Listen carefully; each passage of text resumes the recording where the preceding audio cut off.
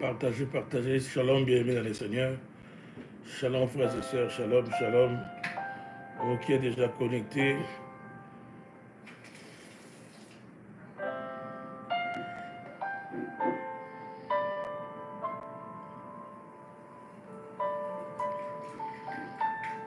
Donc, vous pouvez partager ces liens. Je salue tous ceux qui sont connectés. Nous faisons un essai d'une trentaine de minutes. Que le Seigneur vous bénisse. Que le nom du Seigneur, notre Dieu, soit loué. Donc, partagez les liens rapidement. Nous allons prier ensemble avec ceux qui sont éveillés à cette heure ici. Il est pratiquement 22 heures, heure de Montréal.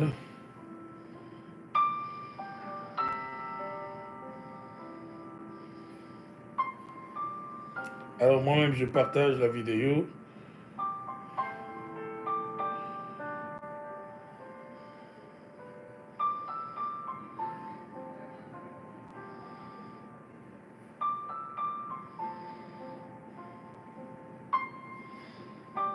Que le nom du Seigneur soit loué, que le nom du Seigneur soit béni. Lui qui nous donne la vie, il nous donne la force. Nous sommes lundi, le tout premier jour de la semaine.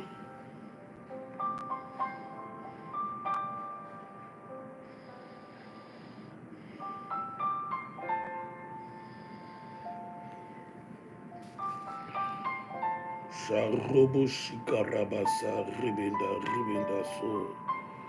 Alléluia, gloire à Jésus. Oui, ma sœur Stélie soit bénie. Shalom, shalom, shalom. La sœur Patou, que le Seigneur vous bénisse. Connectez-vous, connectez-vous. Nous allons partager une pensée du Seigneur. Que Dieu bénisse l'équipe des femmes transformées qui vient de finir la prière il y a quelques minutes dans notre ligne de prière téléphonique. Et j'aimerais aussi nous parler de la prière. De la prière. Nous allons lire dans le Luc 18. Luc 18.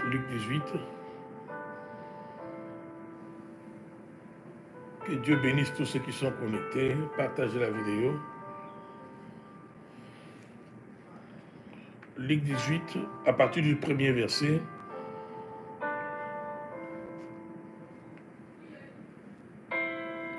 J'aimerais nous exhorter sur la force de la prière. La force de la prière. La force de la prière. Dans Luc 18, le premier verset, la Bible dit ceci, à partir du premier verset, Jésus leur dit une parabole pour montrer qu'ils devaient toujours prier sans se décourager. Je suis en train de lire dans la version Vie Nouvelle. Je peux même avoir les deux versions avec moi dans mon cellulaire. Je peux avoir la version Louis II. Comme ça, nous allons bien saisir la pensée du Seigneur. L'avantage de lire la Bible en ayant plusieurs versions, c'est qu'il y aura toujours une version de la Bible qui sera facile à comprendre par rapport aux autres. C'est pourquoi je conseillerais à tout enfant de Dieu d'avoir, n'est-ce pas, plusieurs versions de Bible. Et c'est un bon investissement que d'acheter plusieurs versions de Bible. Et ça va vous aider dans la compréhension de la parole et ça va vous aider à comprendre les textes bibliques et à recevoir facilement, à capter facilement la pensée du Seigneur selon la lecture que vous êtes en train de faire. Donc je vais commencer par lire dans la version Vie Nouvelle, ensuite je reviendrai sur Louis II. Jésus leur dit une parabole pour montrer qu'ils devaient toujours prier sans se décourager.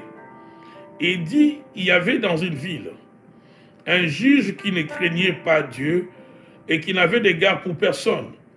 Il y avait aussi dans cette ville une veuve qui venait lui dire, rends-moi justice contre ma partie adverse. Pendant longtemps, il refusa, mais ensuite il dit, même si je ne crains pas Dieu, et n'ai d'égard pour personne, puisque cette veuve me fatigue, je vais lui rendre justice, afin qu'elle ne vienne pas sans cesse me déranger. Verset 6. Le Seigneur ajouta, écoutez ce que dit le juge injuste. Et Dieu ne fera-t-il pas justice à ceux qu'il a choisis et qui croient en lui jour et nuit? Le fera-t-il attendre? Verset 8. Je vous l'ai dit, il leur fera rapidement justice. Je lis le verset 8e. Nous sommes dans la Ligue 18 pour ceux qui nous rejoignent. Je vous l'ai dit, il leur fera rapidement justice. Mais quand le Fils de l'homme viendra, trouvera-t-il la foi sur la terre?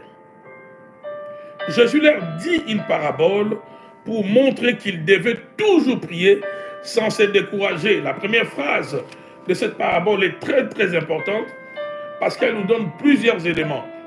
La première déclaration de cette parabole, je répète, elle est importante. Jésus dit une parabole pour montrer qu'il devait toujours prier,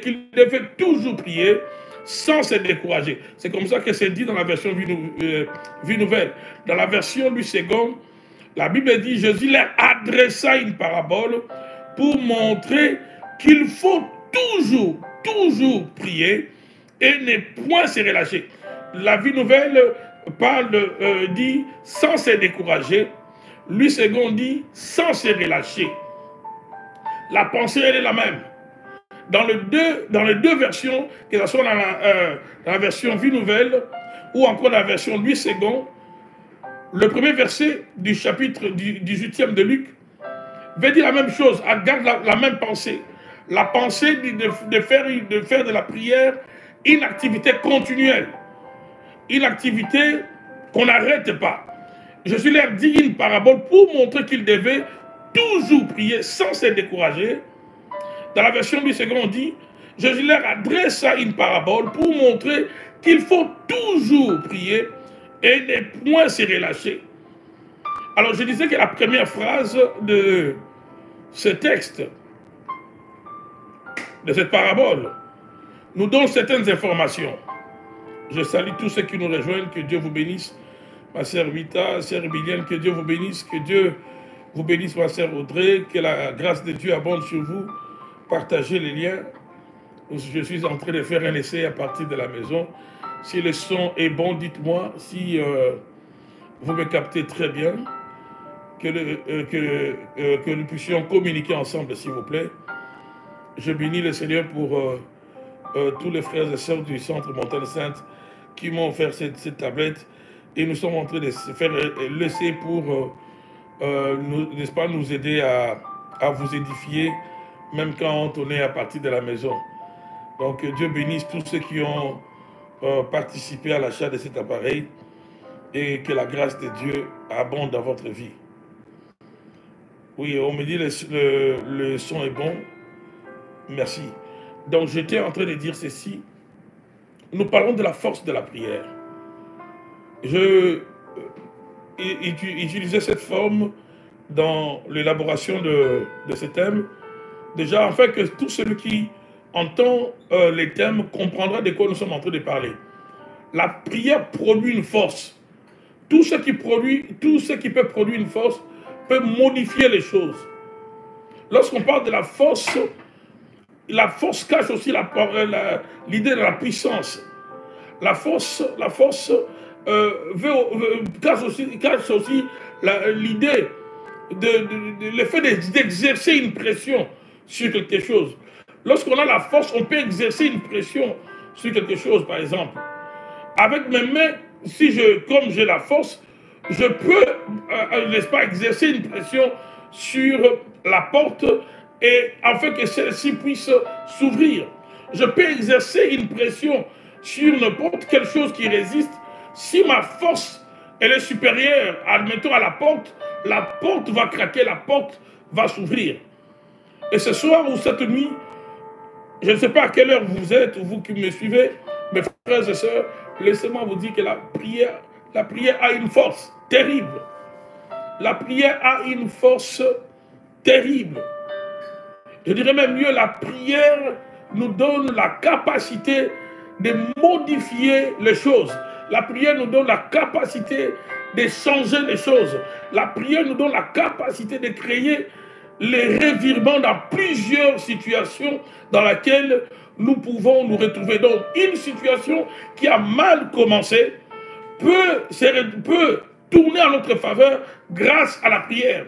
Une situation que je ne maîtrisais pas, mais lorsque je fais intervenir la prière, lorsque j'invoque le Seigneur, pendant cette situation, le Seigneur peut changer les choses.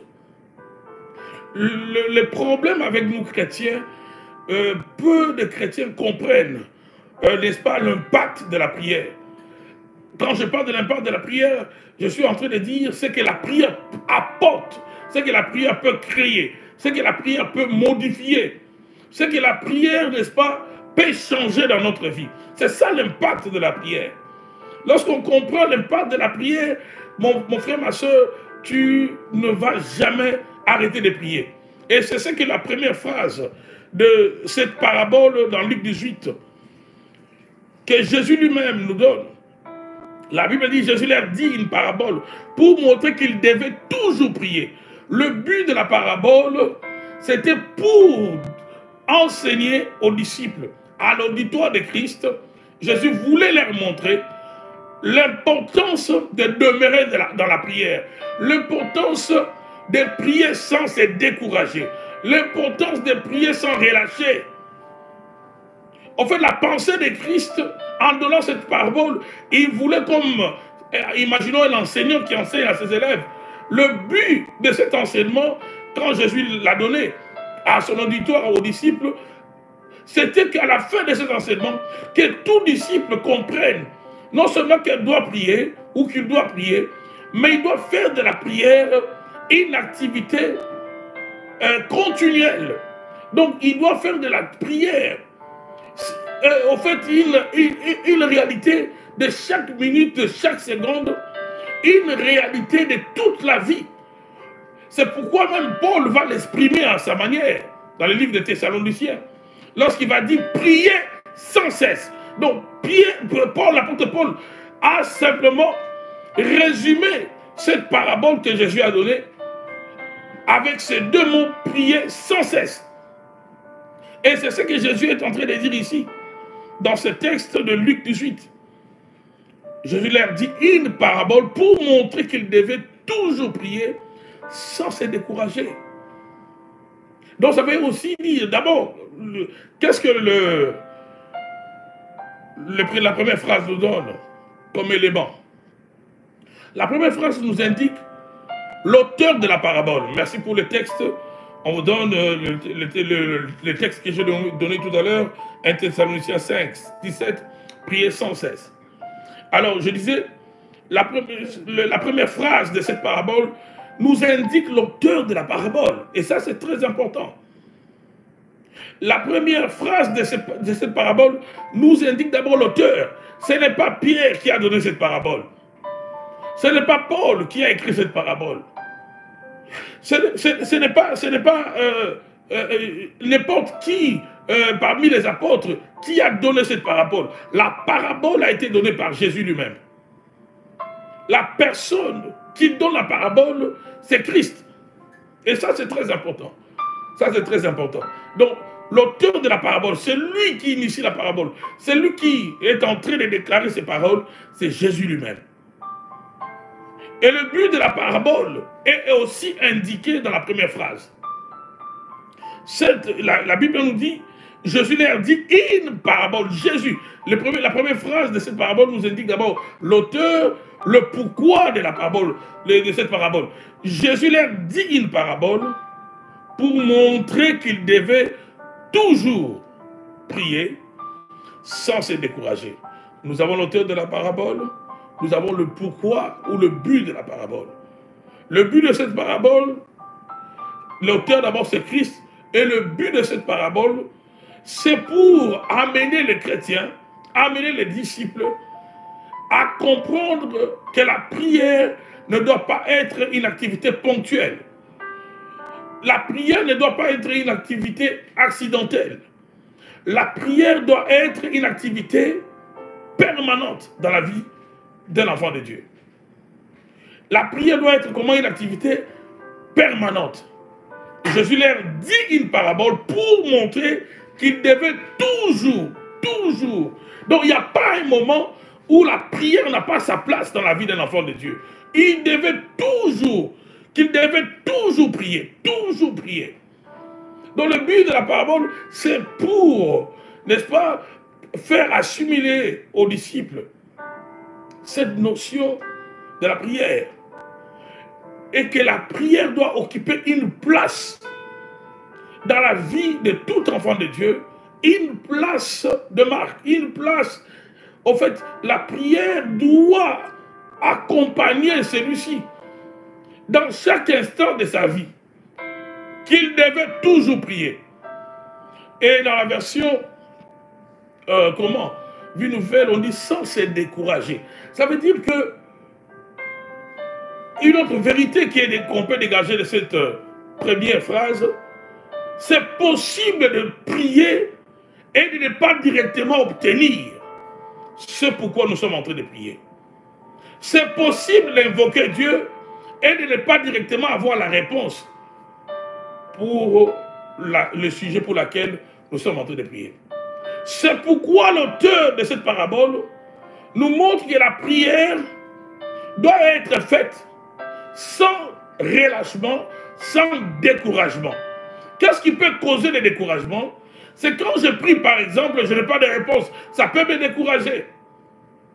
Quand je prie, par exemple, la situation ne change pas. Ça peut m'affecter. Je prie, par exemple, pour mon enfant. Je prie peut-être pour une situation qui est en justice. Je prie peut-être pour un dossier qui est à l'immigration. Je prie pour que le Seigneur, n'est-ce pas, me donne un bon travail. Je prie pour que le mariage vienne. Je prie pour que la maternité vienne. Que Dieu puisse libérer la maternité dans mon couple. J'ai prié pendant 2 ans, 3 ans, mais cela n'arrive pas. Quelle sera mon attitude par rapport à la prière? Dois-je continuer de prier? Dois-je arrêter? Y a-t-il un délai, une durée que la Bible donne par rapport à la prière? Cette parabole répond à tout ça. C'est pourquoi je t'invite à partager la vidéo, à aimer la vidéo, à la partager. Que Dieu vous bénisse, vous qui êtes connectés, mes frères et sœurs. La prière, bien aimée dans le Seigneur, la durée de la prière, ici, dans cette parabole, Jésus donne une parabole pour montrer l'importance d'être endurant dans la prière. De faire de la prière une activité continuelle. Je ne dois pas prier d'une manière seulement ponctuelle. Où ça me prend un matin, je prie. Et puis un autre matin, je commence ma journée sans prier. Ça me prend un soir, je prie. Et l'autre soir, j'oublie. Non. La prière doit être une activité permanente dans la vie des chrétiens. Même si je n'ai pas ce pourquoi je prie, je dois continuer de prier. La prière doit être faite sans relâchement. La prière doit être faite sans découragement. Donc, même si ça me prend 4 ans de prier pour un sujet, Jésus dit continue de prier. Continue de prier. Et en comprenant la première phrase de cette parabole, mes frères et sœurs, nous pouvons aussi déduire que toutes les requêtes pour lesquelles nous prions, toutes les requêtes que nous apportons au Seigneur, n'exigent pas ou ne prendra pas la même durée,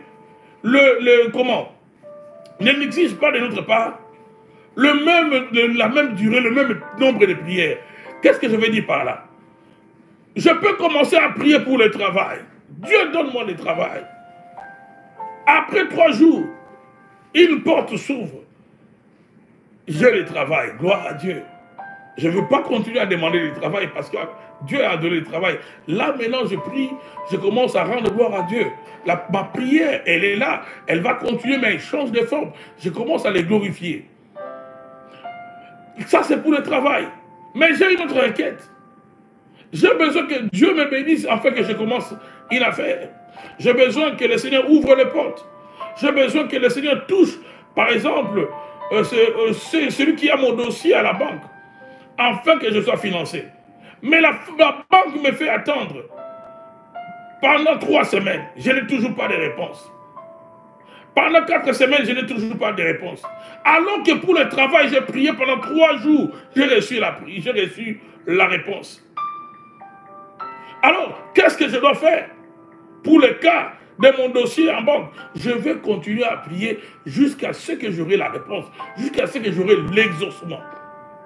Je ne vais pas dire parce que j'avais prié pendant 3 jours pour le travail et j'ai eu la réponse. Et que maintenant, toutes les prières que je ferai pour n'importe quelle requête m'exigera 3 jours de prière. Pas forcément. Il y a des sujets de prière qui peuvent te prendre 2 mois, qui peuvent te prendre 5 ans. Il y en a qui te prendront 10 ans. C'est pourquoi ici, Jésus veut que la prière, au fait, soit notre style de vie. C'est pourquoi ici, Jésus, dans cette parabole, il insiste que la prière doit être faite sans relâchement. La prière doit être faite comment? Sans relâchement. Je dois prier sans découragement. Et celui qui donne la parabole est celui aussi qui écoute la prière. Donc il est le mieux placé pour nous parler de la prière. Jésus-Christ est le mieux placé pour nous parler de la prière parce que lui-même écoute la prière. C'est lui qui écoute la prière. C'est comme un professeur qui prépare ses élèves à des tests et qui indique, après avoir donné plusieurs matières, plusieurs leçons aux élèves, il indique aux élèves que pour ce test-là, pour cette interrogation, lisez tel chapitre, tel autre chapitre ne lisez pas. Tel chapitre, vous devez le lire. C'est ce que Jésus est en train de faire ici. C'est lui-même qui écoute la prière. Donc il est le mieux placé pour nous informer quel type de prière produit des résultats. Quel type de prière nous pourrons faire qui nous aidera à manifester la force de la prière, l'impact de la prière, la puissance de la prière. Jésus est en train de dire dans cette parabole le type de prière que vous devez faire lorsque vous recherchez une solution quelconque. Parce qu'ici, il est question de la prière pour quelque chose, de la prière pour un changement, de la prière pour une délivrance, de la prière, n'est-ce pas, que vous êtes en train de faire pour un besoin. Ici, Jésus parle de la prière, non pas d'adoration, il parle de la prière, au fait, que tu es en train de formuler parce que tu veux voir une situation changer dans ta vie. Alors, quand tu veux voir une situation changer dans ta vie, Jésus dit que tu dois prier sans te relâcher. Tu as un problème. Tu recherches une solution. Jésus est en train de dire, tu dois, n'est-ce pas, demeurer dans la présence du Père sans te décourager, sans te fatiguer. Au verset 2e, il commence maintenant à donner la parabole. Et il faut qu'on bien saisir la pensée de la parabole. Il dit, il y avait dans une ville un juge qui ne craignait pas Dieu et qui n'avait d'égard pour personne. Il parle d'abord d'un juge. Et il décrit les juges. C'est qui les juges? Le juge, c'est celui qui a le pouvoir, naturellement, de décider sur les affaires des hommes. C'est celui qui a le pouvoir, le mandat, de trancher entre des partis adverses. C'est celui-là à qui revient le pouvoir, d'après l'État, d'après les nations. Les juges ont le pouvoir de dire X a raison, Y a tort. Ils ont le pouvoir de décider. Ils ont le pouvoir de condamner. Ils ont le pouvoir de relaxer quelqu'un. Ils ont le pouvoir aussi de faire grâce à quelqu'un. Ils ont le pouvoir sur les autres. Les juges ont le pouvoir sur les autres. C'est ça, c'est ça la pensée du juge. Mais maintenant, le juge ici dans cette parabole, d'après la description que Jésus donne, il dit il y avait aussi il y avait dans une ville, pardon, un juge qui ne craignait pas Dieu et qui n'avait d'égard pour personne. Donc ce juge ici, son travail, je l'ai expliqué, c'est quoi, d'une manière générale, un juge. Mais la caractéristique de ces juges, il ne craignait pas Dieu. Ce n'était pas un chrétien. C'est quelqu'un qui ne craignait pas Dieu. On peut dire qu'il était un athée. Il ne craignait pas Dieu. Pour lui, Dieu n'existait pas.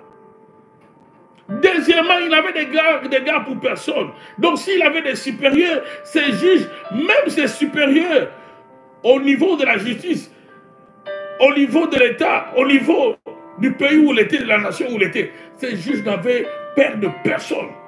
Donc ça veut dire que c'est quelqu'un qui ne faisait qu'à sa tête.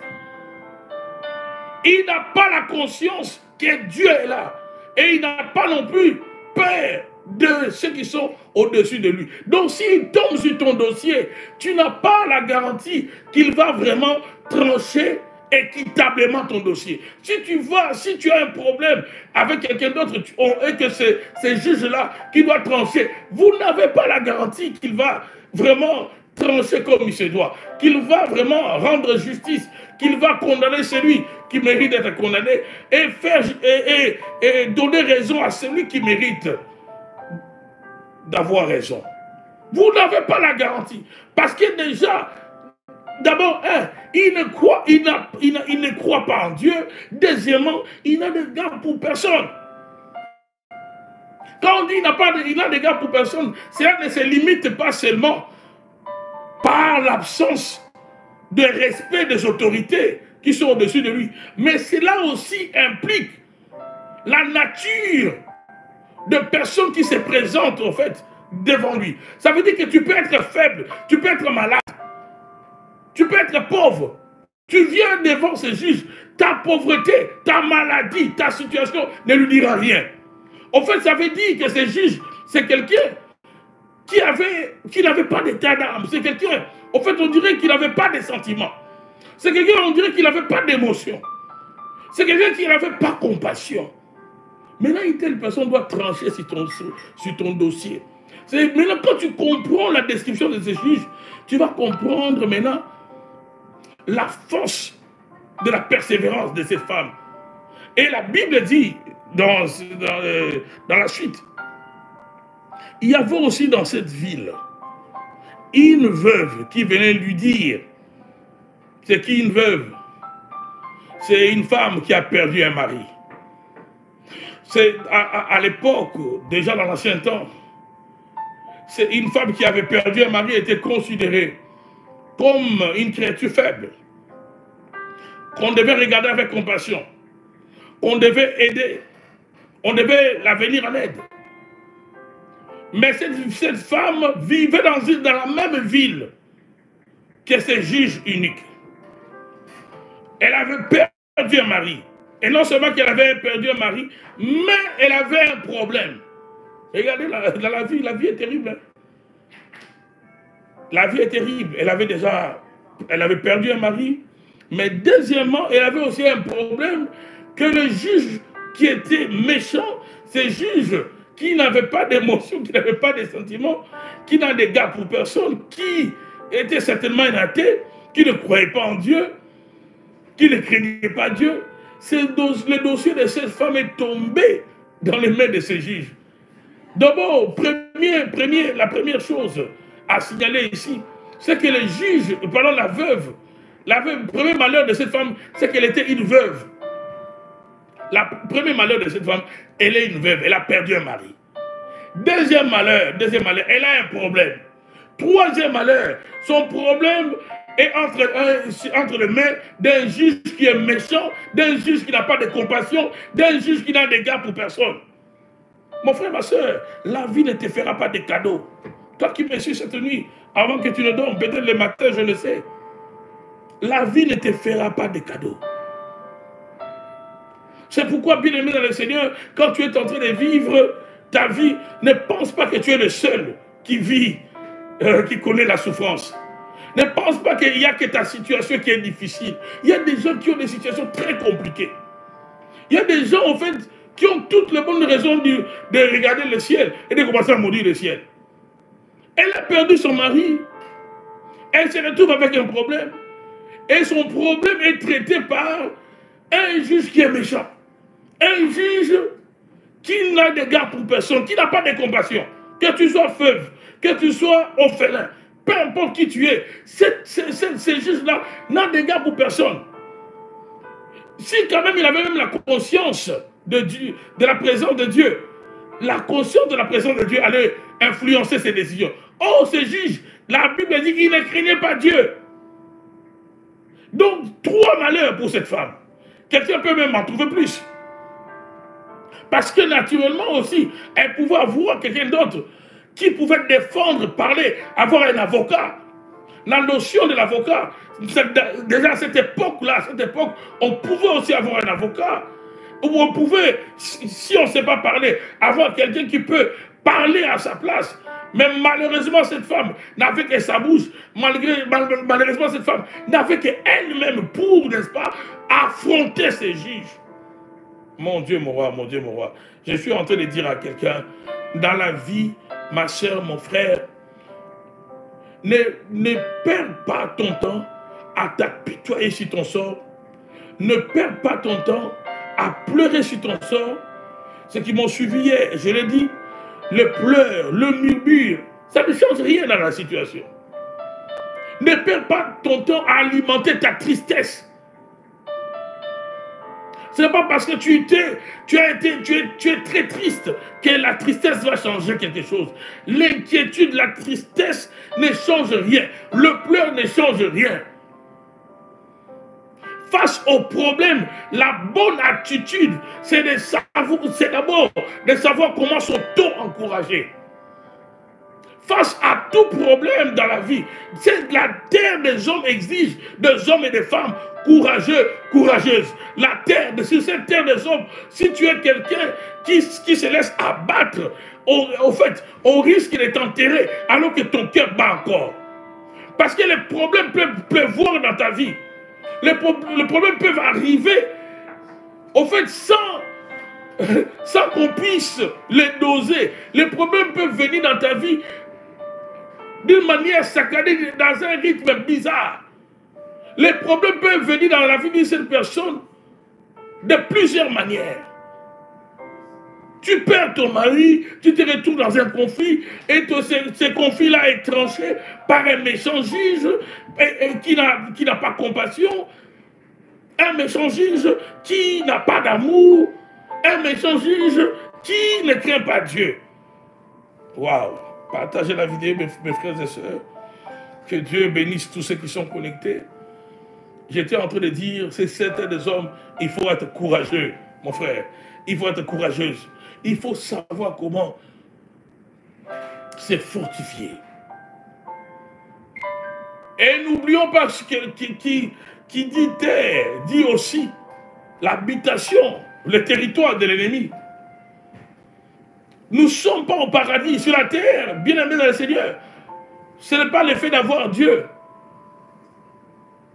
que nous serons dispensés des problèmes. Non, non. Pierre a posé la question à Jésus. Nous avons tout laissé. Nous avons tout quitté, nous t'avons suivi. Qu'est-ce que tu nous réserves? Jésus a dit, vous allez avoir des bénédictions d'abord dans ces siècles. Et dans les siècles à venir. Et il ajoute plus de tribulations. Plus de tribulations. Sur la terre, bien aimé dans le Seigneur, quand on parle de tribulations, c'est des problèmes. La présence de Dieu ne nous dispense pas de problèmes. Chrétiens, la présence de Dieu ne veut pas dire que tout sera en couleur dans ta vie. Non. La présence de Dieu dans ta vie te permet d'avoir la paix malgré les problèmes. Mais les problèmes, il y en aura. Les combats, il y en aura. Les choses qui tourneront mal, oui, dans ta vie, il y aura des choses qui ne vont pas tourner à ton avantage. Mais ce que la présence de Dieu va te garantir, c'est la paix. Ce que la présence de Dieu va te garantir, c'est qu'à la fin de cette histoire qui a mal tourné, Dieu va les faire concourir à ton avantage. Dieu va les tourner. Dieu va créer un revirement afin que tous ces problèmes tournent à ton avantage. Waouh! Partagez la vidéo, mes frères et sœurs. Dieu n'a jamais dit, le Seigneur n'a jamais dit que vous n'aurez pas de problèmes. Il y a des chrétiens qui veulent, ils pensent que ils sont les seuls à être stressés. Tout le monde a des stress. Tout le monde a des défis. Tout le monde. Tout le monde. La présence de Dieu vient seulement te garantir que ces problèmes-là trouveront la solution. Que ces problèmes-là ne t'abattront pas. La présence de Dieu vient aussi, avant même que tu ne trouves la solution, te donner déjà la paix. Parce que notre paix ne doit pas être reliée à la solution au problème. Écoutez bien, si ta paix dépend aux solutions, aux problèmes que tu as, donc ça veut dire que sur la terre, tu passeras plus de temps en étant malheureux, en étant stressé, en étant déstabilisé. Et tu passeras moins de temps en étant heureux. Parce que sur la terre, tu auras beaucoup de problèmes. Sur la terre, ma soeur, mon frère, tu auras beaucoup de problèmes.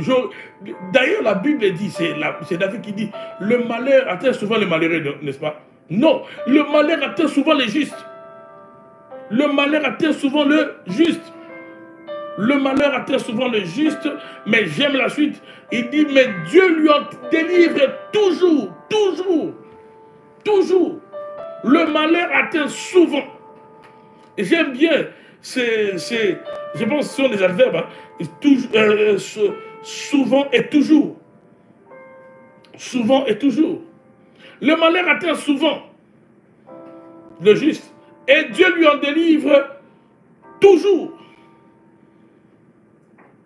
Souvent n'est pas égal à toujours. Souvent n'est pas égal à toujours. Ce qui arrive souvent n'arrive pas toujours. Le malheur atteint souvent les justes. Les problèmes, il y en aura souvent. Mais la délivrance sera toujours présente. Donc, à chaque malheur, trouvera toujours la main du Seigneur dans ta vie. Mais maintenant, ta paix ne doit pas dépendre d'abord de la présence de la solution. Même quand il n'y a pas d'abord la solution, toi, tu dois être dans la paix. Et c'est ce que la présence de Dieu nous garantit. La présence de Dieu t'aide à dormir alors qu'on t'a accusé injustement quelque part. Quand tu sais te reposer sur Dieu, tu dormiras même quand tu as été rejeté, même quand tu es abandonné, même quand la chair te pousse à piquer des crises.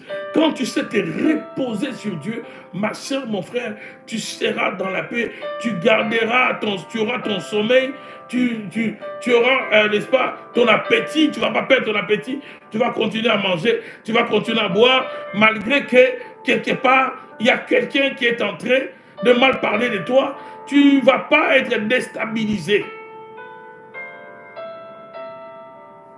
C'est cette dimension-là de maturité que Dieu veut nous amener. Où la présence de Dieu, c'est pourquoi la prière, lorsque nous prions pour des problèmes, la prière que nous sommes en train de faire, la force de la prière ne produit pas directement que des problèmes. La force de la prière travaille aussi en nous. Je prie pour une solution, mais en même temps que je suis dans la présence de Dieu, Dieu travaille en moi. Dieu me donne la paix, Dieu me donne la joie. La joie là, non pas parce que j'ai directement la solution, avant que les problèmes ne viennent, mais la prière, la présence glorieuse de Dieu est en train de travailler en moi. Maintenant, si toi tu penses que la prière n'est qu'une activité que nous devons faire, nous devons, n'est-ce pas, accomplir ou faire, justement, seulement pour, n'est-ce pas, trouver la solution, la clé à nos problèmes, c'est que tu minimises la force de la prière. La force de la prière fait que la prière ne produit pas seulement des résultats, mais la prière te transforme, la prière te rend capable de vivre, d'être heureux, d'être heureuse, même si la solution n'est pas encore là. C'est pourquoi Jésus est en train de dire, priez sans vous relâcher. Même si je n'ai pas ce que je recherche dans la prière, mais le fait seulement de prier, la prière m'apporte la paix. La prière me donne la force. La prière change les choses.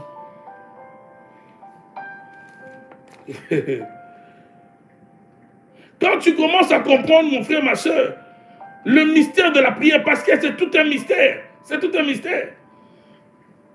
Quand tu commences à comprendre le mystère de la prière, tu ne vas pas prier pour des sensations. Parce que toujours, ce n'est pas toujours quand tu pries que tu ressens forcément une présence. Non. Quand tu comprends le mystère de la prière, tu vas prier avec foi. Quand tu comprends c'est la force qui est dans la prière, ce que la prière peut faire, tu sauras que la prière va au-delà de ce que toi tu demandes. Je dirais mieux, quand tu pries, Dieu ne se limite pas à t'accorder seulement la solution que tu recherches. Quand tu pries, Dieu te donne d'abord la paix à ton cœur. Dieu donne la tranquillité à ton cœur. Vous savez, beaucoup de gens se donnent la mort ici. Si on comptabilise des gens qui sont en train de se donner la mort, il y a des pays où les gens ne mangent pas, mais ils ne se donnent pas la mort. Il y a des pays où les gens sont tellement pauvres, ils ne se donnent pas la mort. Mais si on comptabilise des pays où les gens se donnent la mort, vous allez voir, les gens se donnent la mort. Pourquoi? Parce qu'ils sont plus stressés. Ils ont des millions, ils sont stressés. Ils n'ont pas la paix. Ils n'ont pas la paix, ils n'ont pas la paix. Ils ont des millions, c'est pourquoi ils prennent des cocaïnes, ils s'enivrent de toutes sortes de drogues, d'alcool, ils mélangent tellement de choses. Ils veulent être inconscients de la réalité, alors qu'ils ont des comptes garnis avec des millions de dollars. Ça, c'est une parenthèse pour celui qui pense qu'il sera l'homme ou la femme la plus heureuse. Que s'il a 500 000 dollars, des 100 millions de dollars, que vraiment les problèmes finiront dans sa vie. Tu te trompes, mon frère, tu te trompes, ma soeur. Et si tu penses que c'est cet argent-là qui va te donner la paix, tu te trompes. Quelqu'un d'ailleurs a dit, plus d'argent, plus de problèmes. Donc, quand tu as beaucoup d'avoir, quand tu as beaucoup de richesses, les richesses aussi riment avec les problèmes. C'est pourquoi la paix que Dieu apporte au travers de la prière, elle est plus que même la présence de la solution que tu recherches. Philippiens 4, versets 6 à 7. Donc nous devons comprendre, bien aimé dans le Seigneur, que la force de la prière, fait que la prière ne se limite pas seulement à solutionner nos problèmes, mais la prière, lorsque nous prions, même si je n'ai pas ce que je recherche, au travers de la prière, Dieu m'accorde la paix. Au travers de la prière, Dieu me donne la tranquillité.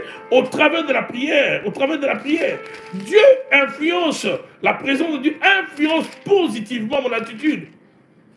Je ne perds pas mon appétit, je continue de manger. Même si je n'ai pas un enfant, même si je ne suis pas marié, ce n'est pas la fin du monde. Je continue de prier jusqu'à ce que Dieu me donnera ce que je recherche.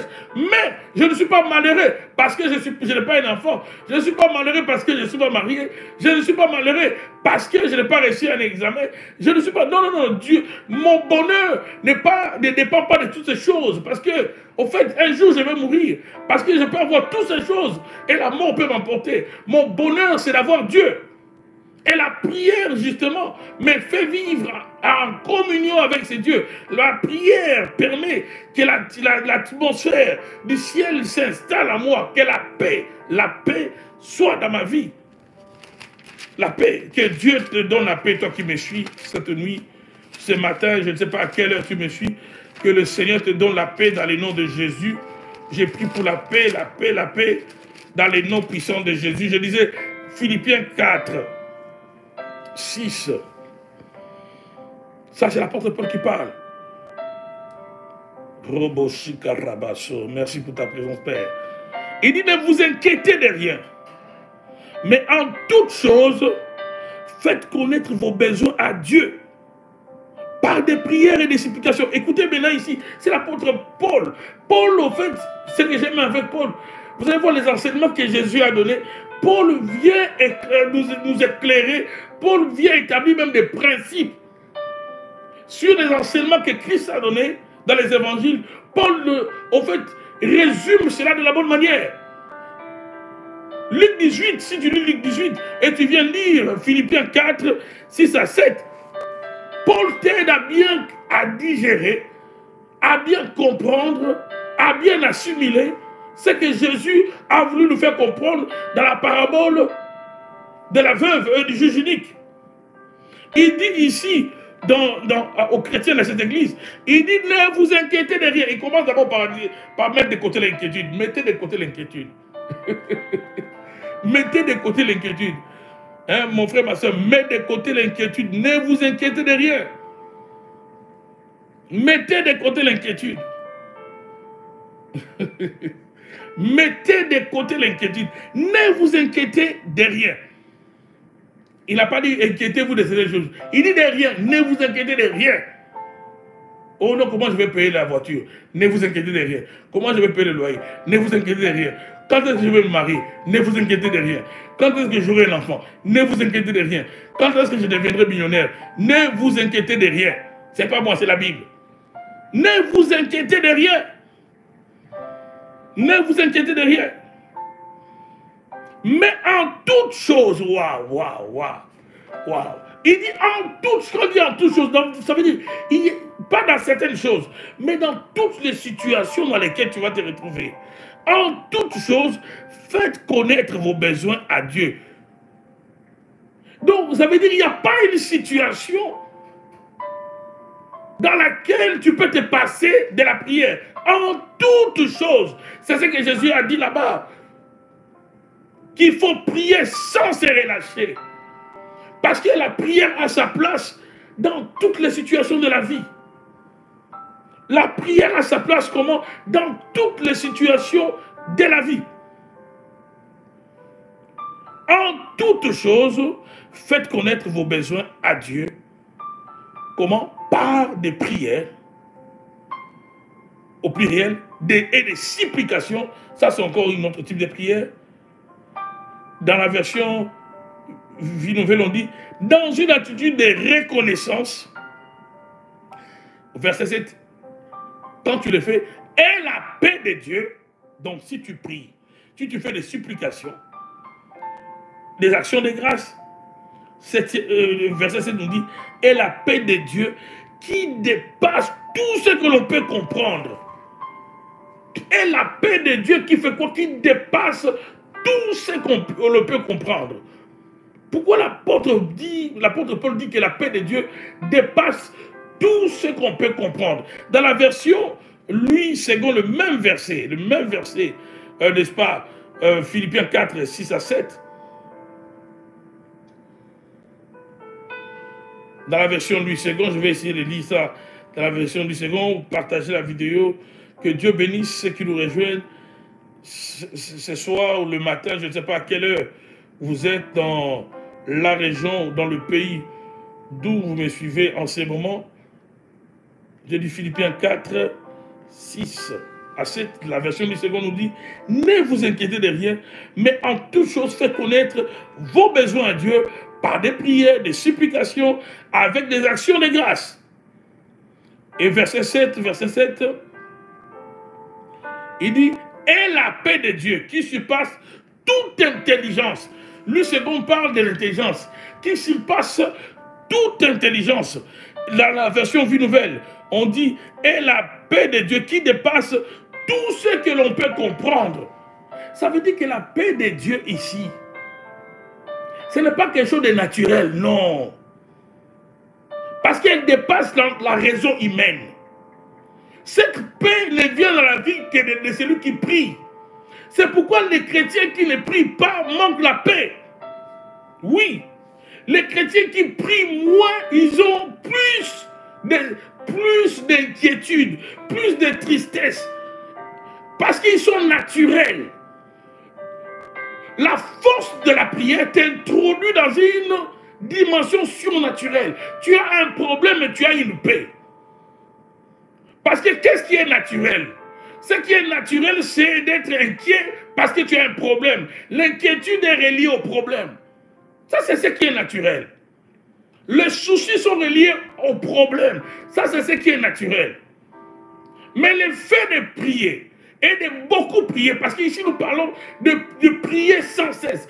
Ici nous parlons de prier sans se relâcher, de prier sans se décourager. Quand tu es dans un système, dans une machine que j'appelle une machine de prière, donc tu pries, quand tu te réveilles, quand tu as l'occasion, tu te lèves le matin, tu pries, tu as la possibilité de prier à midi, tu as la possibilité d'adorer Dieu dans ta voiture, tu as la possibilité même au travail de parler à Dieu. Quand tu sais comment demeurer d'une manière continuelle dans la présence de Dieu, tu vas bénéficier de cette paix qui surpasse toute intelligence. Dans la version, n'est-ce pas, Vie Nouvelle, on dit, il est la paix de Dieu qui dépasse tout ce que l'on peut comprendre. Donc, on ne peut pas comprendre la paix que Dieu donne parce qu'elle n'est pas naturelle. My God. Mon frère, on ne peut pas comprendre cette paix. Elle n'est pas naturelle. Qu'est-ce qui est naturel?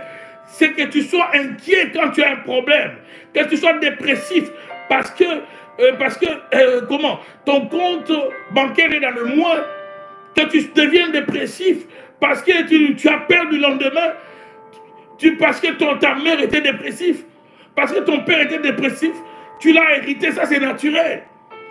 Mais la paix que Dieu donne n'est pas naturelle. La paix que Dieu donne est surnaturelle.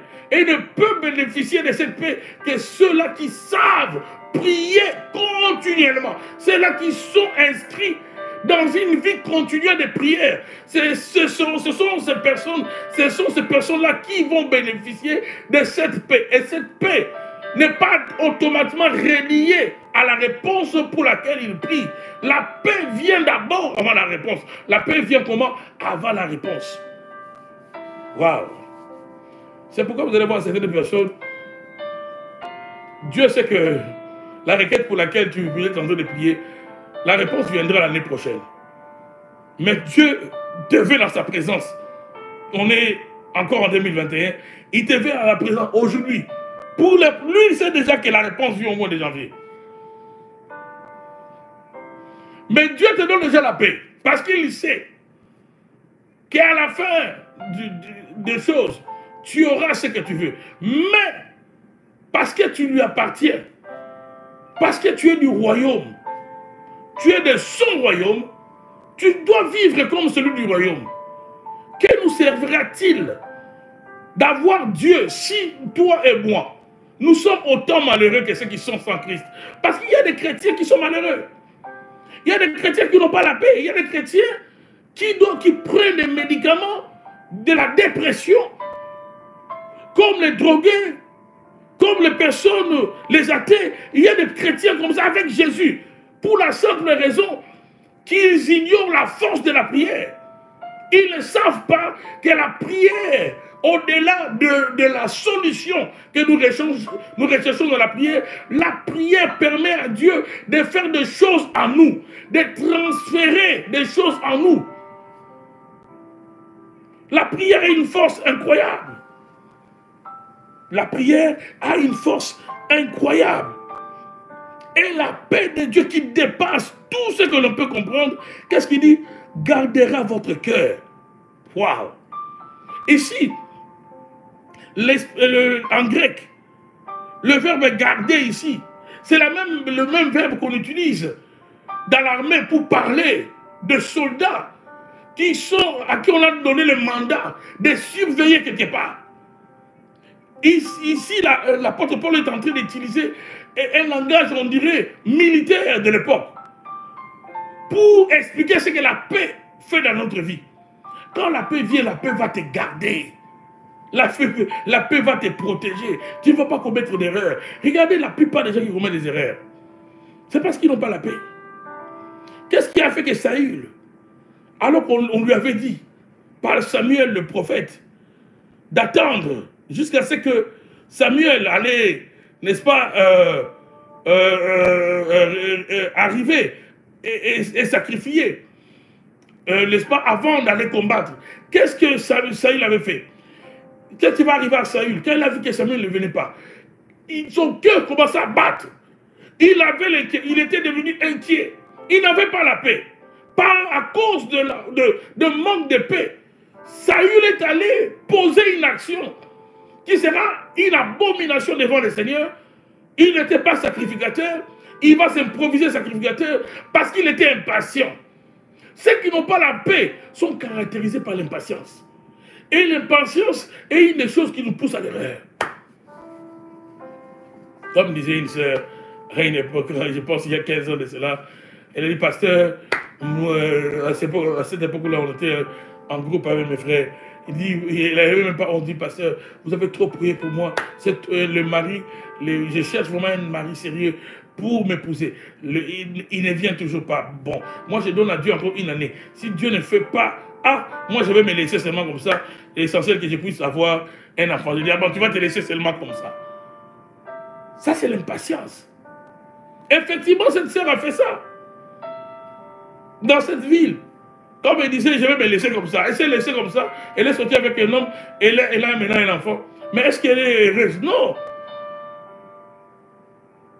Quelques années plus tard, elle va revenir pour dire, pasteur, je souffre avec cet enfant. Son père ne veut rien savoir. J'ai dit, ma soeur, avec douceur, mais tu te souviens de tes paroles. Tu pensais que tu vas avoir la paix en faisant ce que tu as fait. Mais te voilà, tu as maintenant l'enfant, mais tu n'as toujours pas la paix. Quand il n'y a pas la paix, il y a l'impatience qui remplit ton cœur. On est impatient. Et une des choses que l'impatience fait, l'impatience pousse à l'erreur. Une des choses que l'inquiétude peut faire, l'inquiétude va te pousser à l'erreur. C'est pourquoi vous allez voir, il y a des chrétiens qui vivent comme des païens. Il y a des chrétiens, ils ont Dieu, mais ils sont malheureux. Ils ont Jésus, ils sont malheureux. Parce qu'ils ne bénéficient pas de la paix du ciel. La paix qui surpasse toute intelligence n'est transférée que dans la vie de celui qui prie. Tu ne pries pas, tu n'auras pas ça. Regardez même, constatez bien, quand tu viens de faire 1 heure de temps dans la prière, même si tu n'avais pas un problème, qu'est-ce qui t'arrive? Quelqu'un qui sort de la présence de Dieu, tu auras tendance à ne pas vouloir parler. Tu auras comme une impression qu'il y a quelque chose qui veut retenir ta bouche pour que tu ne parles pas. Tu auras comme l'impression que tu viens d'une autre planète. C'est ce que la présence de Dieu produit en nous. Tu as comme l'impression que tu viens d'ailleurs. Tu as comme l'impression que tu viens d'une autre planète. C'est les effets de la présence de Dieu. C'est les effets. Maintenant, quelqu'un qui reste longtemps dans la présence de Dieu, d'une manière continuelle, c'est son corps qui sera sur la terre. Mais son cœur sera au ciel. Donc, il y aura aucune... Au ciel là-bas, il n'y a pas d'inquiétude. Au ciel là-bas, il n'y a pas de soucis. Au ciel, il n'y a pas de regrets. Oh non, si tu es au ciel, tu vas commencer à regretter. Ah, vraiment, ma femme, comment? Non, non, non, non, non. Au ciel, ça sera comme Lot. Vous savez, quand Lot, sa femme est devenue statue de sel, Lot a continué la marche. Au ciel, il n'y a pas de soucis. Oh non, j'ai abandonné, j'ai laissé mes enfants. C'est un enfer. Demandez toutes les personnes à qui Dieu a donné la vision du ciel. Toutes les personnes qui ont même goûté à la mort et qui sont revenus à la vie, ils vous diront, quand ils sont allés de l'autre côté, ils ne pensaient ni à leurs femmes, ni à leurs enfants, ni à leurs maris.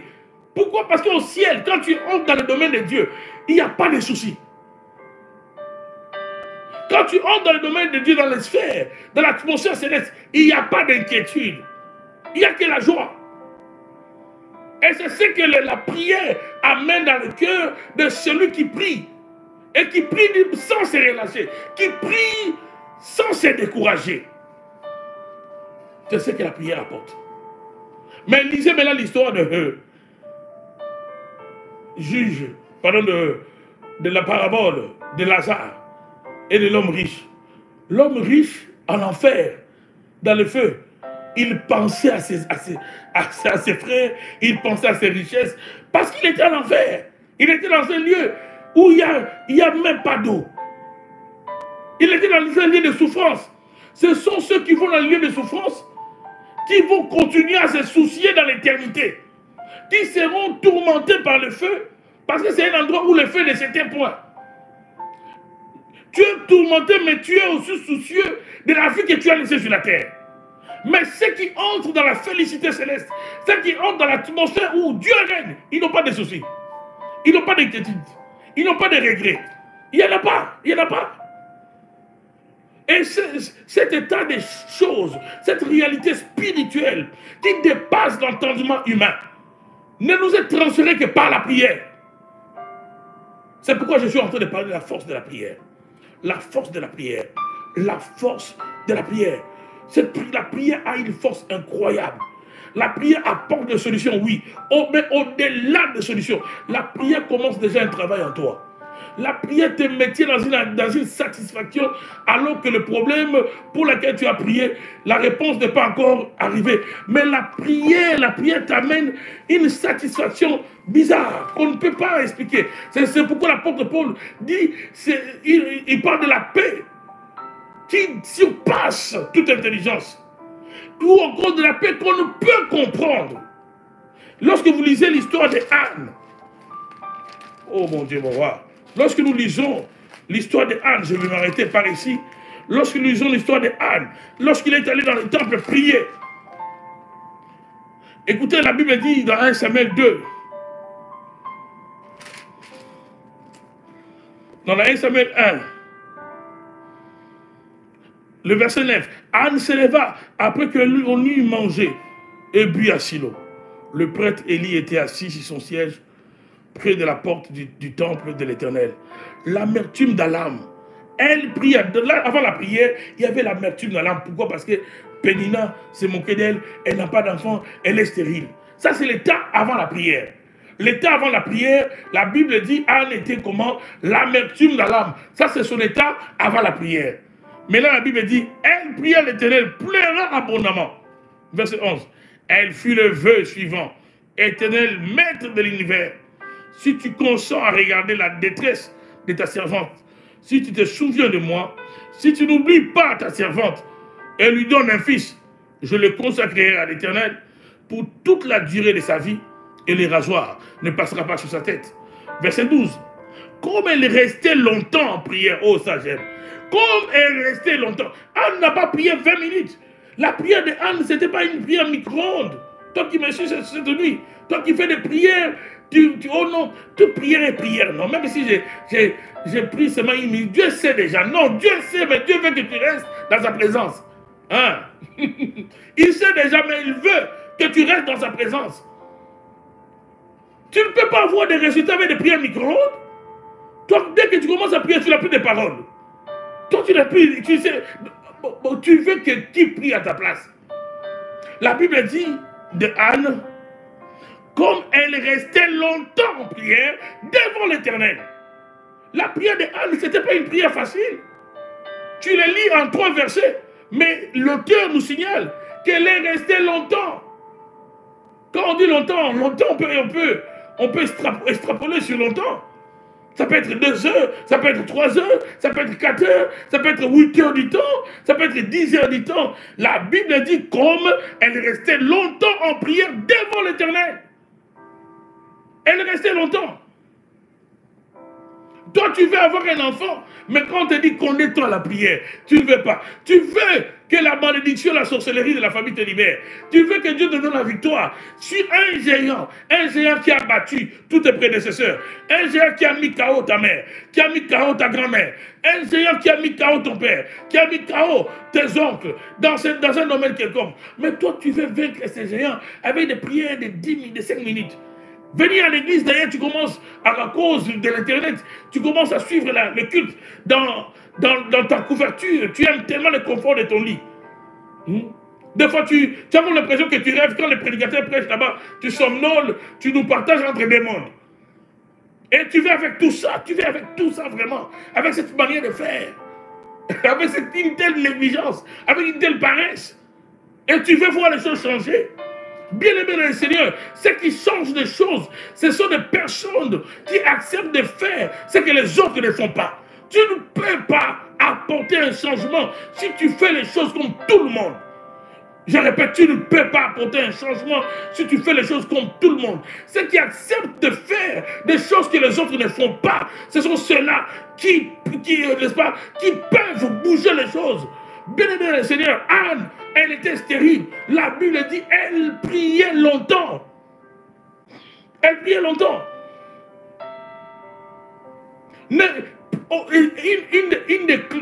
Un des secrets que j'ai appris dans ma marche avec Dieu,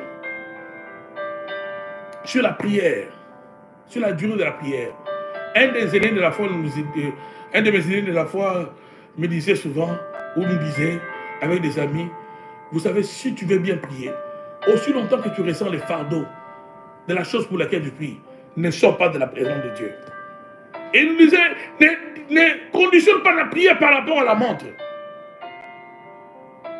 Des fois, après 1 heure du temps, le fardeau est toujours là. On nous a appris à rester dans la présence de Dieu.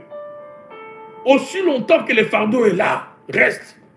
C'est quand tu sens que l'ange de Dieu, que Dieu a affecté à ton service, cet ange qui t'accompagne dans ta destinée, quand il a pris le fardeau, tu vas sentir un soulagement dans ton cœur.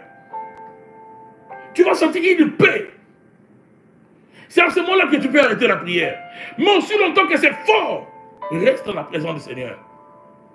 Ça peut te prendre 3 heures du temps, tu restes dans la présence du Seigneur. Ça peut te prendre 4 heures du temps, tu restes dans la présence du Seigneur. Tu n'es pas là en train de regarder seulement la montre. Bon, j'avais dit 1 heure, 1 heure, 1 heure, 1 heure. Non, non, non, non. Oui, 1 heure, c'est le minimum que Jésus a exigé aux disciples à Gethsémane. Il leur a reproché de ne pas avoir prié 1 heure avec lui. C'est le minimum. Mais, ce qui doit l'horloge de la prière, c'est d'abord le fardeau qui est dans ton cœur. Aussi longtemps que c'est fort là, ce fardeau ne te quitte pas. Ne sors pas de la présence de Dieu. Aussi longtemps que ces fardeaux ne te quittent pas, qu'est-ce que je dis? Ne sors pas de la présence de Dieu. Ne sors pas de la présence de Dieu. Verset 10, verset 12. Oh, je sens l'onction de Dieu et je prie pour que tous ceux qui sont connectés, ceux qui n'arrivent pas à prier, que Dieu puisse vous oindre cette nuit. Que Dieu puisse te oindre, ma soeur, mon frère, que tu sois capable de prier comme tu n'as jamais prié. Que tu découvres la force de la prière et que Dieu t'amène dans notre dimension dans le nom de Jésus-Christ de Nazareth.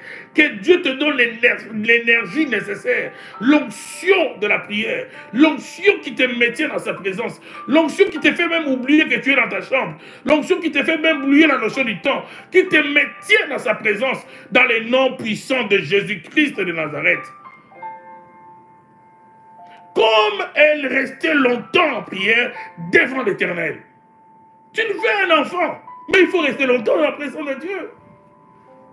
Tu veux que cet esprit-là te libère. Il y a des gens qui on ne les a pas imposé les mains pour tel ou tel domaine. Pourquoi? Parce qu'eux-mêmes paient les prix dans la présence de Dieu. Mais il y a des gens qui, au fait, leur situation ne change pas. Par rapport aux esprits mauvais, par rapport aux démons, par rapport à la malédiction, parce que ce sont des personnes, en fait, qui ne comprennent pas que la prière est un mystère. La prière est quoi? Un mystère. Tout ce qui arrive pendant que nous prions, personne ne peut les énumérer. Je veux mieux le dire. Tout ce que Dieu fait en nous et pour nous pendant que nous prions. Bien aimé dans le Seigneur, je peux prêcher sur la prière 1000 fois, mais je ne saurais pas vous ressortir tous les éléments, tous les phénomènes qui se produisent pendant la prière. Mais laisse-moi te dire, il y a multiples phénomènes spirituels qui se produisent en ta faveur pendant que tu pries. C'est pourquoi Jésus, une fois, il priait. Même la sueur est devenue comme les grumeaux de sang. Une autre fois, il priait à la montagne. La Bible dit, tellement qu'il priait, son visage a changé. L'éclat de son visage a changé. Et même ses vêtements, la couleur des vêtements, même la couleur des vêtements. Là, si celui qui avait cousu cet habit l'avait vu pendant qu'il montait la montagne, quand Jésus redescendait là, les vêtements avaient changé. Le couturier allait dire non, non, non, ça c'est pas moi qui ai cousu cela. Donc la prière de Jésus a produit même les changements de la couleur de l'habit qu'il avait porté à la montagne de la transfiguration. C'est pourquoi la prière a une force incroyable. La prière a une force incroyable. Et une personne qui prie, il y aura une force en toi. Vous savez, lorsqu'on est venu arrêter Jésus, tellement qu'il sortait dans la prière, quand on l'a posé la question, qui est Jésus? Il a dit, c'est moi. L'évangile dit, tous les soldats ont été projetés à terre. N'avez-vous jamais lu cela? On est venu arrêter Jésus. On pose la question, qui est Christ? Il dit, c'est moi. Quand il répond, il dégage une force et tous les soldats à terre. Oh, je prie que Dieu te communique la force spirituelle pendant que tu pries. Que Dieu te communique la force spirituelle pendant que tu restes dans sa présence. Et la force spirituelle d'écraser tout démon, d'écraser tout serpent, tout scorpion, toute puissance de l'ennemi. Et rien ne pourra te nuire. Que Dieu te transfère la force spirituelle dans le nom de Jésus-Christ de Nazareth. Il y a tellement de choses, mes frères et sœurs, qui arrivent à nous, qui se produisent pendant la prière. Je disais, on ne peut pas tout énumérer. Mais regardez ce que je voulais vous faire voir dans cette histoire d'Anne. Verset 12, 1 Samuel 1. Comme elle est restée longtemps en prière devant l'Éternel, Élie observa sa bouche. Anne parlait dans son cœur et ne faisait que remuer les lèvres. On n'entendait pas sa voix. Élie pensait qu'elle était ivre. Et lui dit, jusqu'à quand seras-tu ivre? Va cuver ton vin. Anne répondit, ce n'est pas cela, mon Seigneur. Je suis une femme à l'esprit abattu. Je n'ai bu ni vin, ni boisson enivrante. Mais j'ai penché mon cœur devant l'Éternel. Ne prends pas ta servante pour une femme légère. Car c'est le trop plein de ma douleur. Le trop plein de ma douleur et de mon chagrin qui m'a fait parler jusqu'à présent. Le trop plein de ma douleur. Donc aussi longtemps que le cœur est plein, parle. Continue de parler. Aussi longtemps que c'est plein là-bas, dans le cœur, ne sors pas de la présence de Dieu. Continue de parler. Parle à Dieu. C'est ça le secret de la prière. Anne dit à Élie, car c'est le trop plein de ma douleur, de mon chagrin, qui m'a fait parler jusqu'à présent. Donc parce qu'il y a un fardeau en moi, je continue de parler. C'est pourquoi je suis en train de dire à une femme, à un homme, déconnecte-toi de la montre quand tu pries. Ce qui fera la force de ta prière, c'est quand tu sais écouter le fardeau qui est dans ton cœur. Aussi longtemps qu'il y a ce fardeau, si après 2 heures du temps, le fardeau là, continue dans la prière. Continue de parler à Dieu. Ça veut dire que Dieu veut toujours écouter. Dieu a encore envie d'écouter ta voix. N'arrête pas, n'arrête pas, n'arrête pas. Dieu a encore envie d'écouter ta voix. Au verset 47, Élie reprit la parole et dit, pars en paix et que le Dieu d'Israël exauce la prière que tu lui as adressée. Ça, c'est le rôle d'un homme de Dieu. Il n'avait pas compris ce que la femme faisait. Mais un homme de Dieu qui a le prophétique, il va jouer son rôle. Il va libérer une parole pour Anne. La Bible dit au verset 18, elle répondit que ta servante trouve grâce à tes yeux. Verset, la dernière phrase, cette femme s'en alla. Elle s'est remise à quoi? À manger. Et son visage ne fut plus le même. Pourquoi? Parce que la paix est venue. Mais est-ce qu'elle était enceinte? Non. Est-ce que lorsqu'elle est sortie de là directement, elle a eu un enfant? Non. Parce que la paix de Dieu ne vient que dans la vie de ceux-là qui savent comment se décharger dans sa présence de Dieu. La prière, en fait, c'est aussi un moment de déchargement de problèmes. Tu dois te décharger des problèmes, sinon tu vas mourir de soucis. Nous avons vu au départ, dans 1 Samuel 1, 10, avant la prière, la Bible dit, l'amertume dans l'âme, elle priait, l'amertume dans l'âme. Quand elle a commencé à prier, l'amertume, le cœur était blessé. Mais quand elle a fini la prière, la Bible dit, cette femme s'en alla, elle s'est remise à manger. Elle s'est remise comment? L'appétit est revenu. Si on dit qu'elle s'est remise à manger, ça veut dire avant la prière, le souci, l'amertume ont enlevé l'appétit. Quand il mange la viande comme ça, c'est comme si elle mange la mangue. Vous savez, les problèmes, ça change même la saveur de la bouche. Donc, Anne n'avait plus l'appétit. Anne n'avait plus l'appétit. Mais la présence de Dieu va remettre les choses en place. C'est ce que l'apôtre Paul appelle la paix qui surpasse toute intelligence. La paix qu'on ne peut comprendre. Mais cette paix ne vient dans la vie que de ceux-là qui prient et qui prient longtemps. Je répète, cette paix ne vient dans la vie de ceux qui prient et qui prient longtemps. Et c'est pourquoi la veuve, dans Luc 18, la Bible dit, pour finir, c'est cette veuve. Luc 18, verset 3, il y avait aussi dans cette ville une veuve qui venait lui dire, rends-moi justice contre ma partie adverse. Pendant longtemps, cette veuve ne s'est pas fatiguée de se pointer devant le juge unique, devant le juge qui ne craignait pas Dieu. Pendant longtemps, et ici, si la veuve avait affaire à un juge unique, à un juge qui ne craint pas Dieu, toi tu as affaire à ton Père Céleste. Toi tu as affaire à celui qui t'aime, à celui qui s'est offert à Golgotha, à celui qui a versé son sang pour toi. C'est pourquoi, bien aimé dans le Seigneur, profite de la présence de Dieu autant que tu peux. Pour chaque occasion de prière, un chrétien qui fuit la prière, et je le dis même aux serviteurs, aux servantes, quand vous prenez la prière comme une corvée, on te dit dirige la prière, toi tu as comme l'impression que c'est la fin du monde. Mais non. La prière, c'est le moment privilégié de tout celui qui comprend la force de la prière. C'est le moment idéal de tout celui qui comprend que dans la prière, on dit Dieu fait tellement de multiples choses à moi avant même de m'apporter la solution. Je vais de la présence de Dieu pour un problème, mais Dieu ne se limite pas seulement à répondre à mon problème. Il y a des choses que Dieu commence à faire en toi. Il y a des choses. C'est comme quand tu vas chez le médecin, tu dis au médecin, j'ai des maux de tête. Le médecin ne se limite pas seulement à te donner des calmants pour les maux de tête. Un médecin sérieux, il va vérifier ta tension, il va vérifier ton sang, il va vérifier est-ce qu'il n'y a pas autre chose.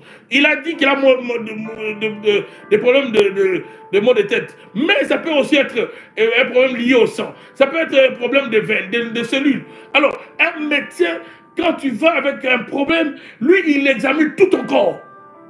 Et si un médecin peut faire ça, le Dieu du ciel, quand tu viens à sa présence, il t'examine. Parce qu'il y a des fois des choses, l'apôtre Paul dit, nous ne savons pas toujours ce que nous devons demander. Il y a des choses que toi et moi nous ignorons, que nous en avons besoin. Quand nous venons dans la présence du Seigneur, pour X choses, mais Dieu profite et nous donne Y que toi et moi, nous en avons besoin. Mais tu ignores, j'ignore que j'avais besoin de cela. Waouh, que Dieu vous bénisse. Bien-aimés dans le Seigneur, que le Seigneur vous bénisse. Ceux qui n'ont pas aimé la vidéo, nous sommes une quarantaine. Est-ce que vous pouvez aimer la vidéo si le Seigneur vous a fait du bien? Aimez la vidéo. Nous allons continuer à partager la parole demain. Probablement le mercredi, nous allons avoir Zoom si tout va bien. Mais vous comprenez que cette semaine, on est trop concentré par le séminaire qui arrive le samedi et les dimanches prochains. Alors à tous ceux-là qui sont dans la ville, ici à Montréal, Longueuil, partout où vous êtes, nous vous invitons à nous rejoindre les samedis à, n'est-ce pas, à 16h à notre lieu de culte. On va mettre l'adresse dans le clavardage. Prenez l'adresse, référez vos connaissances, venez. Nous serons avec le prophète Francine Gawala, avec lequel nous allons, n'est-ce pas, travailler pendant 2 jours, deux rencontres, 2 moments de rencontre, le samedi à partir de 16h dans notre lieu de culte et le dimanche à partir de 11h30. Donc cette fin de semaine, ça va être une fin de semaine bénie. Donc notre église est située au 1296 Curé Label Laval H7V 2W1. C'est ça l'adresse. Donc regardez dans le clavardage, vous avez l'adresse. Vous pouvez référer vos connaissances, qu'ils viennent. Nous allons passer des bons moments dans la présence du Seigneur, des moments de délivrance, des moments puissants. Et demain, nous allons continuer, je vais continuer, n'est-ce pas, à partager avec vous la parole du Seigneur. Nous allons continuer à percer sur la force de la prière. Il n'y a que 27 personnes qui ont aimé. Donc il y a des gens qui ne sont pas bénis. Si tu es béni, ma soeur, mon frère, le minimum c'est d'aimer la vidéo. Pourquoi je vous demande d'aimer la vidéo? Plus la vidéo elle est aimée, YouTube va proposer celle-ci à d'autres personnes qui seront édifiées par cette vidéo. Et si peut-être par hasard, vous êtes tombé sur cette vidéo et que vous n'êtes jamais abonné, je vous invite à vous abonner au compte YouTube. Et regardez en bas là où on a écrit abonnez-vous, cliquez sur abonnez-vous. Également sur la cloche qui est à côté, la cloche de notification. Et le Seigneur vous fera, n'est-ce pas, beaucoup de bien parce que vous serez notifié demain, par exemple, dès que je serai en ligne. Merci pour la personne qui vient d'aimer. On est rendu à 28. Donc, il y a vraiment des gens, ça leur fait mal de cliquer sur j'aime. Waouh! Est-ce qu'on peut aimer la vidéo? Continuez d'aimer la vidéo et que le Seigneur bénisse tous ceux qui sont, n'est-ce pas, connectés. Il y a une femme, pendant que je parle, le Seigneur me parle d'une femme. Je ne sais pas si elle est située dans quelle ville, mais le Seigneur me dit qu'elle traverse des moments difficiles. Mais parmi les signes que Dieu me donne, il y a une difficulté financière énorme. Et aussi des problèmes sentimentaux. On dirait qu'il y a une rupture. Donc il y a une difficulté financière, mais il y a aussi une rupture d'une relation amoureuse. Donc c'est quelqu'un, au moment où je suis en train de parler, tu es en ligne, tu traverses par des moments difficiles et tu t'es même dit pendant que j'ai exhorté ce soir ou cette nuit que ce message est vraiment le message que le Seigneur m'a donné. Il y a même des pensées de mort qui commençaient à traverser ta tête. Si tu peux m'écrire, si tu peux nous écrire, entrer en contact avec moi, nous prierons ensemble. Que le Seigneur apporte la paix dans la vie de tous ceux-là qui n'ont pas la paix cette nuit, dans le nom de Jésus-Christ de Nazareth. Que tous ceux qui sont connectés, et même ceux qui vont suivre en différé cette vidéo, que le Seigneur, le Dieu de gloire, puisse étendre sa main sur vous et qu'il vous bénisse dans le nom de Jésus-Christ de Nazareth. Que la grâce de Dieu soit votre partage. Que la grâce de Dieu abonde dans votre vie. Que notre Dieu vous donne la paix qui surpasse tout entendement. Que cette paix puisse remplir vos cœurs dans les noms puissants de Jésus-Christ de Nazareth. Je ne sais pas quelle est ta situation, mon frère, ma soeur, mais je prie dans les noms de Jésus-Christ de Nazareth. Dans les noms puissants de Jésus.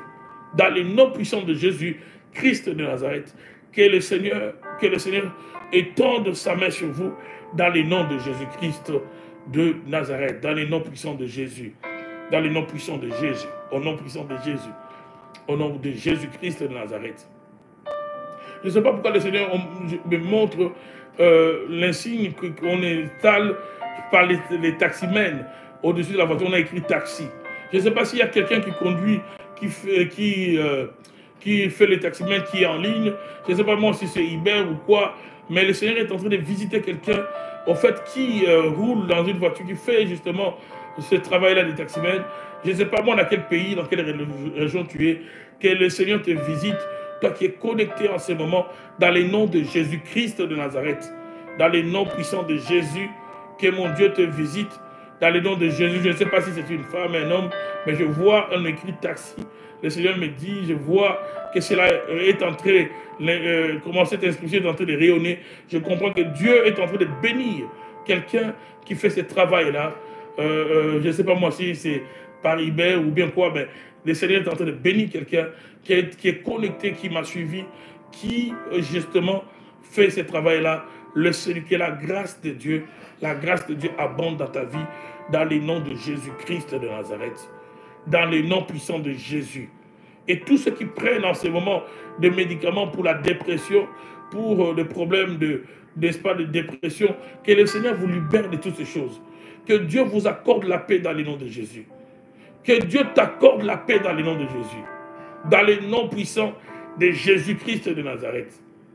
Au nom puissant de Jésus-Christ de Nazareth. Il y a une femme qui a parrainé, je ne sais pas qui attend la famille qui doit venir de son pays d'origine, en Afrique. En ce moment, alors que tu es connecté, sache que ce dossier-là va bénéficier d'une accélération terrible. Parce que tu es là, pendant que moi je parlais, toi tu priais pour ce dossier. Donc il y a la famille qui doit te rejoindre. Là où tu es, le Seigneur est en train de me dire, ce dossier va connaître une accélération terrible. Je prie dans le nom de Jésus que tous ceux-là qui sont connectés, Père, cette nuit, qui ont sacrifié leur sommeil, pour certains qui doivent même travailler, que tu puisses étendre ta main sur tes enfants, étends ta main sur ma soeur, étends ta main sur mon frère, étends ta main, Seigneur, même sur ceux qui sont malades. Oh, parmi les mystères de la prière, parmi les choses que la prière produit, la guérison en fait partie. Seigneur Dieu de gloire, que la guérison vienne dans les corps de ceux qui sont malades, dans les noms de Jésus-Christ de Nazareth. Dans les noms puissants de Jésus-Christ de Nazareth, dans les noms de Jésus, que ceux qui sont malades reçoivent la guérison au nom puissant de Jésus. Je prie que Dieu nous donne la paix que l'intelligence humaine ne peut comprendre, la paix qui surpasse toute intelligence. Oh, que toi qui es connecté, malgré ton problème, parce que tu es dans la présence de Dieu, que le Seigneur t'accorde la paix qui surpasse toute intelligence dans les noms puissants de Jésus-Christ de Nazareth. Que Dieu te donne la paix. Que le Seigneur te donne la paix. Que Dieu te donne la paix. Que tout ce qui est souci, inquiétude, déception, libère ton cœur, mon frère. Libère ton cœur, ma soeur. Tout ce que le diable, tout ce que l'ennemi a causé comme dégâts dans ta vie, que cela te libère. Que Dieu te donne la paix. Dans le nom de Jésus-Christ de Nazareth. Que la paix revienne dans ta vie, ma soeur. Que le Seigneur restaure la paix. Si tu avais perdu l'envie de vivre, l'appétit t'avait quitté. Tu as commencé à avoir des problèmes d'estomac à cause d'un souci quelconque. Oh, Dieu a permis que tu te connectes pour que tu puisses avoir la paix. Peut-être que le sommeil même s'est coupé pour que tu puisses écouter ce que je dis. Je prie que Dieu te donne la paix. Dans le nom de Jésus-Christ de Nazareth. Il y a une forte onction que Dieu libère en ce moment. Je prie que tout cela qui n'avait pas la paix, ou qui avait l'amertume dans l'âme, un peu comme Anne, qui était blessée par d'abord l'absence de l'enfant, mais aussi par le moquerie de Pénina, sa rivale. Je prie, ma soeur, si tu as un cœur brisé, si tu as un cœur, oui, plein d'amertume, à cause d'une déception quelconque, mon frère, ma soeur, que Dieu te donne la paix. Que le Seigneur te donne la paix. Je prie que le Seigneur te donne la paix. Dans le nom de Jésus-Christ de Nazareth. Dans le nom puissant de Jésus. Je vois un verre d'eau, quelqu'un qui est en train de boire. Donc il y a quelqu'un, pendant que tu es en train de boire l'eau, tu fais partie de ceux-là que Dieu est en train de toucher. C'est une femme. Que Dieu est en train de toucher par rapport au problème. Par rapport au problème que tu es en train de traverser, aux problèmes difficiles que tu es en train de traverser. Que la paix de Dieu soit totale dans ta vie. Dans le nom de Jésus-Christ de Nazareth. Dans le nom puissant de Jésus. Dans le nom de Jésus. Oh, tu as perdu de l'argent. Tu es en train de te soucier pour l'argent. Ta vie est plus que l'argent. Que Dieu te donne la paix. Je dis que le Seigneur te donne la paix. Dans le nom puissant de Jésus. Toi qui tu te soucies pour l'argent, tu risques même de te créer une maladie parce que tu viens de perdre l'argent, parce qu'on t'a volé l'argent, parce qu'on t'a escroqué. Que Dieu te donne la paix. Je dis que le Seigneur te donne la paix. Que le Seigneur te donne la paix. Je suis en train de prophétiser sur toi que ce que tu as perdu, Dieu va te les rendre. Dieu va les multiplier. Et Dieu trouvera un autre moyen de te les rendre. Que Dieu te donne la paix cette nuit dans le nom de Jésus-Christ de Nazareth. Que la paix vienne dans ton cœur. Que la paix soit ton partage. Au nom puissant de Jésus-Christ de Nazareth. Dans le nom de Jésus. Toi qui es souvent dérangé la nuit par des visites nocturnes, par des maris de nuit, de femmes de nuit. Toi qui es souvent victime d'oppression démoniaque chaque nuit. Oh, que mon Dieu te donne la paix. Robo shikarabaso. Mekarabaso to robosa. Que Dieu te donne la paix. Dans le nom de Jésus, en te libérant de ces esprits de mari de nuit, de ces esprits de femmes de nuit, de tout esprit de servitude nocturne, que Dieu te donne la paix. Que cette nuit soit la nuit où par la prière, par la force de la prière, oh, Dieu va libérer ton sommeil, Dieu va libérer ta vie. Que la paix et la joie reviennent dans ta vie. Oh, je prie que la paix et la joie reviennent. Il y en a qui ont besoin d'être joyeux ou joyeuses. Il y en a qui ont souri il y a longtemps. Que le sourire revienne dans ta vie. Que le sourire revienne dans ta vie. Je disais que le sourire, la joie revienne dans ta vie. Dans le nom puissant de Jésus. Dans le nom de Jésus. Oh, que Dieu te libère de l'emprise du regret. Que Dieu te délivre de la prison des regrets. Tu regrettes, toi tu ne fais que regretter, regretter, regretter. Tes regards sont que dans le passé. Oh, que la force de la prière ramène tes regards vers le futur. Parce que le meilleur de ta vie n'est pas en arrière. Le meilleur de ta vie est à venir. Je prie dans le nom de Jésus-Christ de Nazareth que le Seigneur agisse dans ta vie. Mon Dieu, mon roi, qu'une onction spéciale tombe sur un homme, tombe sur une femme, dans les noms puissants de Jésus-Christ de Nazareth. Que le surnaturel soit produit par la prière. Que le surnaturel soit produit par ta prière. Oh, que les portes qui étaient verrouillées soient déverrouillées. Le porte de mariage, le porte des enfants, toute porte qui était verrouillée, qu'elle soit déverrouillée dans les noms puissants de Jésus-Christ de Nazareth. Que Dieu te surprenne, que le Seigneur puisse te surprendre, oui, d'une manière favorable. Que tu puisses bénéficier de surprises agréables de la part du Seigneur dans le nom de Jésus-Christ de Nazareth. Oh, tu as perdu une relation, tu as perdu un mari, tu as perdu une femme, tu as perdu, je ne sais pas moi, de l'argent. Laisse-moi te dire, il est capable, notre Dieu, de te donner plus que ce que tu as perdu. Oh, tous ceux qui ont perdu quelque chose, que le Seigneur vous visite dans le nom de Jésus-Christ de Nazareth. Dans le nom puissant de Jésus, que Dieu étende sa main sur vous, que ce que le Seigneur va vous donner, oh, puisse vous faire oublier ce que vous avez perdu. Joseph a eu Manassé, Ephraïm, et l'un de ses enfants, la signification de ce nom voulait dire que Dieu m'a fait oublier mon passé, les souffrances de mon passé. Que Dieu te fasse oublier par la prière ce soir les souffrances de ton passé dans le nom de Jésus-Christ de Nazareth. Que Dieu te fasse oublier les souffrances de ton humiliation. Tu as été humilié, trahi, abandonné par un homme, par une femme, je ne sais. Oh, tu as commencé un projet à deux et on t'a roulé. Oh, que le Seigneur te fasse oublier les souffrances de cette trahison. Que le Seigneur te fasse oublier cela à partir de cette réunion dans le nom de Jésus-Christ de Nazareth. Dans le nom puissant de Jésus. Que par la prière, que Dieu active tout ce qui était désactivé dans ta vie. Tout ce qui était désactivé, l'éclat de ton étoile, l'éclat pour attirer les bonnes personnes, pour attirer des personnes qui vont te faire du bien, non pas des personnes qui te feront la guerre. L'éclat de ton étoile, pour attirer des opportunités. Que la prière puisse réactiver ton étoile dans le nom de Jésus-Christ de Nazareth. L'éclat pour attirer un homme dans ta vie. Que Dieu commence à réactiver ton étoile par la prière, dans le nom de Jésus-Christ de Nazareth, qui te donne la force d'acquérir les richesses. Peut-être que tu travailles, vous n'arrivez à rien faire. Oh, je déclare sur ta vie que Dieu te donne la force d'acquérir les richesses, la force de bâtir les choses, la force d'investir, la force de devenir propriétaire des immeubles, propriétaire du mobilier, propriétaire. Que Dieu te donne la force d'acquérir les richesses.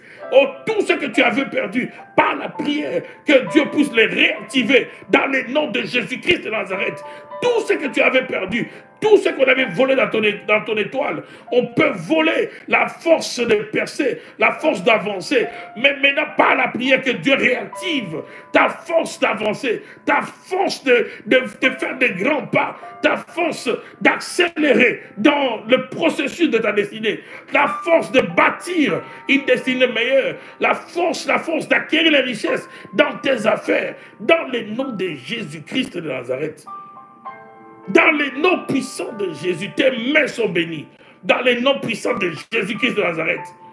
Dans le nom de Jésus, tout esprit qui dévorait tes richesses, qui dévorait tes finances, tout esprit alors que tu travaillais beaucoup, mais il y avait un esprit qui était là, mis en place, pour ruiner le fruit de ton labeur, comme le Madianite le faisait à l'époque de Gédéon. Que Dieu te débarrasse par la prière, par la force de la prière, des esprits de Madianites qui viennent pour dévorer, oui, ta récolte. À partir de maintenant, tu vas récolter et la récolte sera abondante.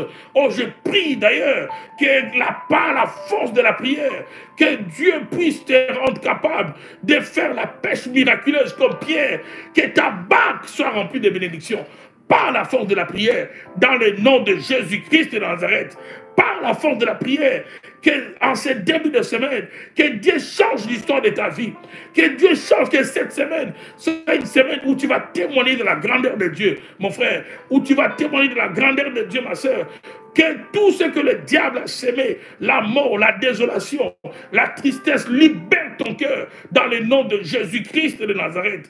Par la force de la prière, que Dieu puisse restaurer ta santé, que Dieu restaure ta santé, que Dieu restaure ta santé, dans le nom de Jésus-Christ de Nazareth, que Dieu restaure, s'il y a une partie de ton corps qui est malade, que cela soit touché par la puissance de la prière maintenant. Si c'est les pieds, que ces pieds soient guéris. Si c'est ton bras, que ton épaule soit guérie. Si c'est les oreilles, les yeux, que Dieu te touche, que tes yeux soient touchés par la puissance de la prière et que ta vision soit restaurée.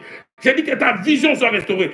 Tout esprit d'aveuglement, tout esprit, oui, qui vient pour créer des maladies des yeux, pour te rendre aveugle, je le chasse par la puissance de la prière. Je le chasse par la puissance de la prière. Par la puissance de la prière, sois libéré ce soir de tout esprit qui crée des fibromes dans ton ventre, qui crée des myomes, enfin, de t'empêcher d'avoir des enfants, que ces démons libèrent ton ventre, libère, par la puissance de la prière, mon Dieu, mon roi, que ton onction soit libérée sur ton peuple dans le nom de Jésus-Christ de Nazareth. Dans le nom de Jésus-Christ de Nazareth, on a attaché ta vie à un mort, à quelqu'un qui est décédé. Je libère ta vie de ces morts dans le nom de Jésus-Christ de Nazareth. Je libère ta vie de ceux qui sont morts. Je libère ta vie des esprits de tes aïeux, de ceux qui sont décédés. Par la puissance de la prière, tu es déconnecté de l'esprit de la honte, de l'esprit de l'humiliation, de l'esprit de rejet. Toi, les hommes viendront dans ta vie. C'est ce qu'on a dit dans les ténèbres. Et les hommes partiront, les hommes briseront ton cœur. Oh, nous changeons les données de ta vie. Nous changeons les données de ta vie par la puissance de la prière. Oh, que Dieu te réjouisse, mon frère. Que Dieu te réjouisse, ma soeur, dans le nom de Jésus-Christ de Nazareth. Dans le domaine où on t'a privé de joie et de bonheur, que Dieu t'accorde le bonheur, mon Dieu, mon roi, qui t'accorde le bonheur dans le nom puissant de Jésus-Christ de Nazareth, qui te fasse du bien ce soir. Que Dieu te restaure, que tu rayonnes encore. Oh, l'éclat qu'on a volé, que tu rayonnes dans les noms puissants de Jésus-Christ de Nazareth, dans n'importe quel domaine dans lequel tu es, que tu sois remarquable.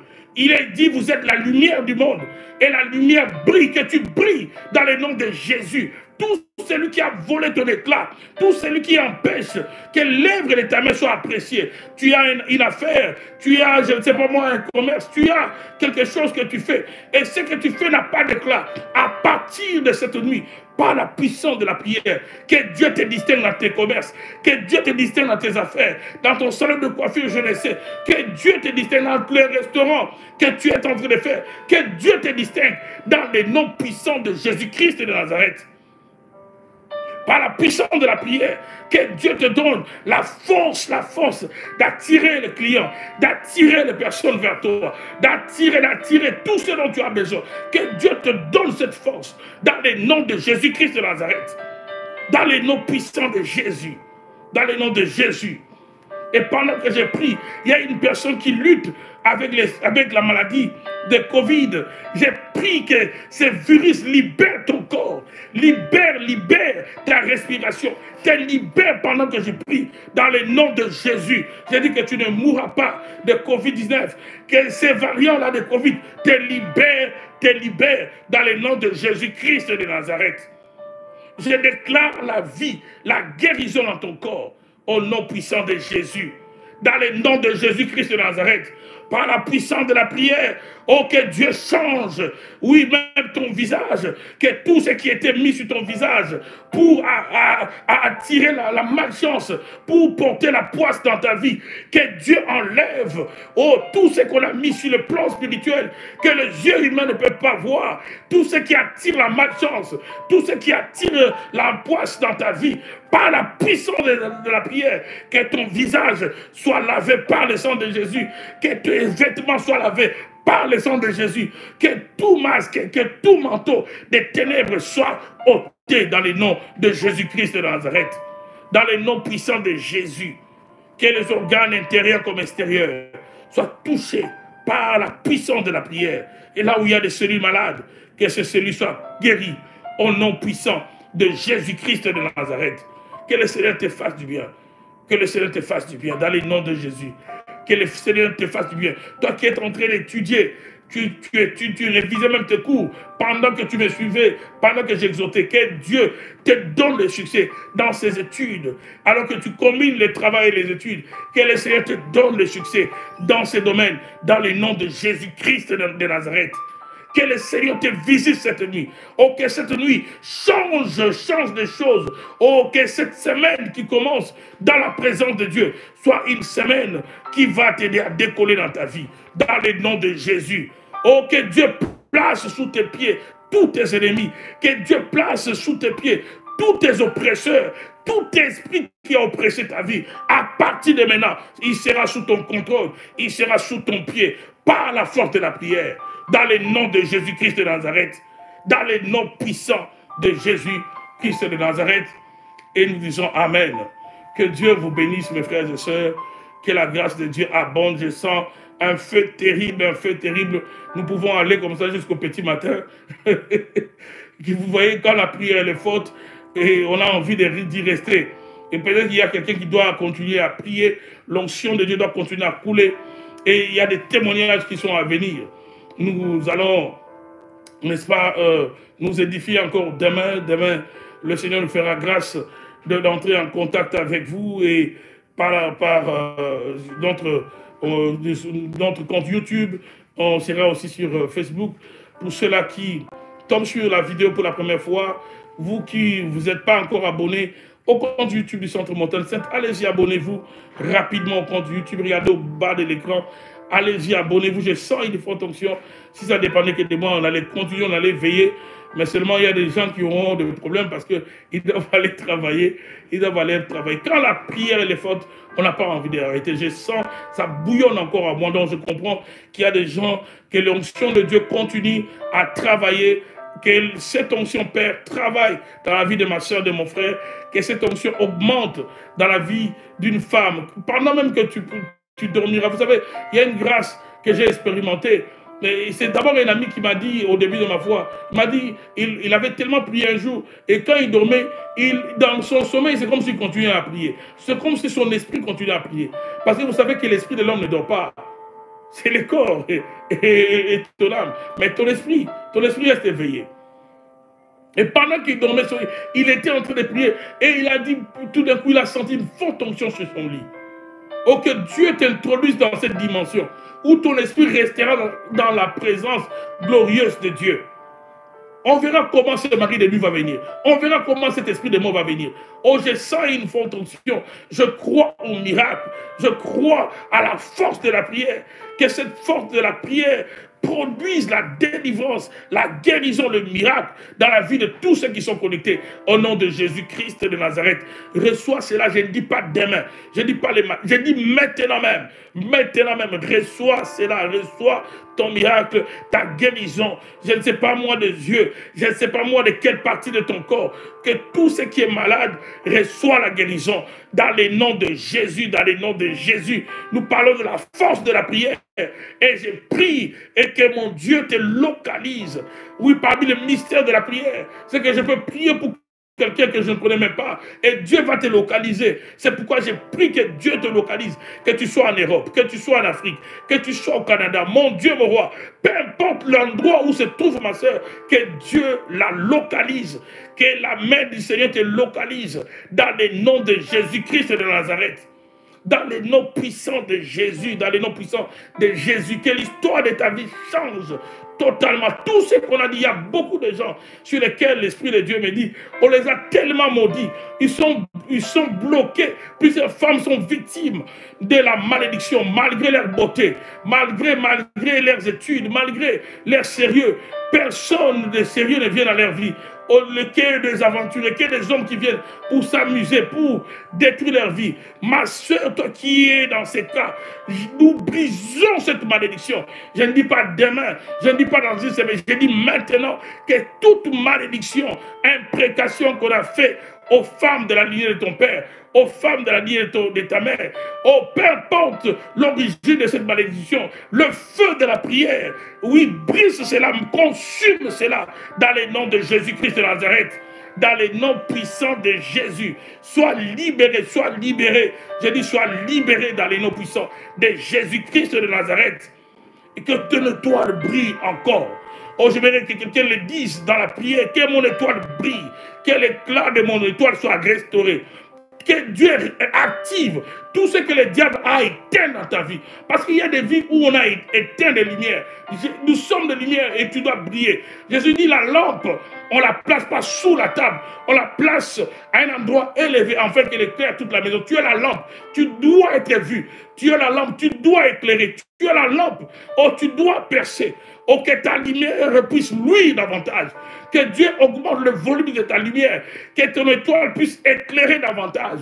Quand ton étoile, sur le plan spirituel éclaire, bien aimé dans le Seigneur, sur le plan professionnel, tu vas percer. Sur le plan relationnel, tu vas percer. Dans les affaires, tu vas percer. Que ton étoile brille dans le nom de Jésus. Que ton étoile brille, que ton étoile brille, que l'étoile de ton mari brille, que l'étoile de tes enfants brille, dans le nom puissant de Jésus-Christ de Nazareth. Dans le nom puissant de Jésus-Christ de Nazareth. My God, mon Dieu, mon roi, que cette onction continue à couler dans la vie de tous ceux qui sont connectés. Que Dieu t'aide à découvrir la puissance et l'impact de la prière. Que tu deviennes un homme, une femme de prière à partir de maintenant. Que ta vie de prière change. Que ta vie de prière change. Que tu fasses des percées spirituelles dans ta vie de prière. J'ai prié pour ceux-là qui n'arrivent pas à prier. Que Dieu puisse libérer une grâce exceptionnelle de la prière dans ta vie, ma soeur. Que Dieu te rende capable de prier, capable de prier, capable de prier, capable de te lever le matin et ou le soir à n'importe quelle heure et de parler à Dieu. Que la prière devienne ton style de vie. Une onction de prière dans ta vie, dans le nom de Jésus-Christ de Nazareth. Une onction de prière. Que ton esprit, comme je disais tout à l'heure, soit dans la prière, même quand tu dors. Au lieu que ton esprit aille dans le monde de la sorcellerie, que ton esprit soit victime de manipulations en sorcellerie. C'est fini. Que ton esprit demeure dans la présence glorieuse de Dieu. Que ton esprit demeure dans la glorieuse présence de Dieu. Dans les noms puissants de Jésus. Dans les noms de Jésus-Christ de Nazareth. Que le Seigneur bénisse tes mains, que tes mains produisent une récolte que tu ne peux estimer. Que Dieu te bénisse, mon frère. Que Dieu te bénisse, ma soeur. Que Dieu bénisse ta maison, toi qui es connecté, dans les noms puissants de Jésus-Christ de Nazareth. Waouh, nous allons continuer demain. Nous aurons le temps de pouvoir percer encore la parole du Seigneur, combien elle est merveilleuse cette parole. Nous allons encore découvrir l'impact ou la force de la prière par la grâce de Dieu. Bonne nuit à tout le monde. Ceux qui sont déjà le matin, bon matin. Pour ceux qui sont déjà le matin, que Dieu vous bénisse. Ne commence pas cette semaine dans la tristesse. Ne commence pas cette semaine. Même s'il y a une mauvaise nouvelle. Nous sommes en train de changer les choses. Nous avons dit la prière apporte d'abord la paix. Que Dieu te donne la paix. Ces problèmes-là que tu as connus aujourd'hui, ces problèmes-là qui t'ont déstabilisé, pendant que je parle, que Dieu puisse d'abord te rééquilibrer, que tu reprennes ton équilibre. Avant même que la solution de ces problèmes ne se présente, que Dieu d'abord restaure ton équilibre. Que la force revienne d'abord en toi. Dans le nom de Jésus-Christ de Nazareth. Que la force revienne d'abord. Que la force revienne. Que la force revienne en toi. Que le courage revienne en toi. Dans le nom de Jésus-Christ de Nazareth. Dans le nom de Jésus. Et nous déclarons que ces problèmes-là, cette semaine, le problème qui a enlevé la paix, aujourd'hui, je dis bien aujourd'hui, dans ta vie, le problème qui t'a enlevé la paix va trouver la solution. Parce que la prière produit la solution. Mais d'abord, reçois la paix, reçois la restauration de ton équilibre intérieur. Que la paix qui surpasse tout entendement soit ton partage, mon frère, ma soeur. Dans le nom de Jésus-Christ de Nazareth. Dans le nom puissant de Jésus. Dans le nom de Jésus. Que cette paix demeure. Dans le nom de Jésus. Que Dieu vous bénisse. Nous avons passer un bon moment dans la présence du Seigneur. C'était l'essai que nous avons fait avec la petite tablette, la grande tablette que mes fils et filles spirituels m'ont fait la surprise agréable il y a quelques semaines ou le mois passé. Donc, je voulais essayer, voir si ça marchait. Donc, voilà, regardez comment on m'a béni. Et puis, ça sert maintenant à édifier le peuple du Seigneur. Que Dieu bénisse tous ceux-là qui ont rendu cela possible. Que Dieu vous bénisse, vous qui vous êtes connectés. Je continue à sentir ce feu et je comprends que le Seigneur est à l'œuvre. Laissez le Seigneur travailler dans votre vie. Laissez le Seigneur changer les choses dans votre vie. Croyez à la puissance de Jésus-Christ. Croyez que le Seigneur est capable. Il n'a pas besoin d'une semaine pour changer la situation qui a duré 20 ans, 30 ans. À une seconde, il peut le faire. Et c'est pourquoi crois à ce que nous déclarons et tu verras cela arriver. Crois à cela. Crois que cet esprit, ce géant est parti. Crois que ces démons, il n'y a plus de force dans ta vie. Crois que cet esprit de mort ne te touchera pas, ne touchera personne dans ta maison. Crois que ces esprits de poursuite ont lâché prise dans le nom de Jésus. Crois que la puissance du sang de Jésus entoure ta vie. Et là où il y a le sang de Jésus, aucun démon, aucune sorcellerie ne peut percer. Le sang de Jésus est une muraille forte. Le sang de Jésus est une arme que le diable, que Satan, oui, ne supporte pas.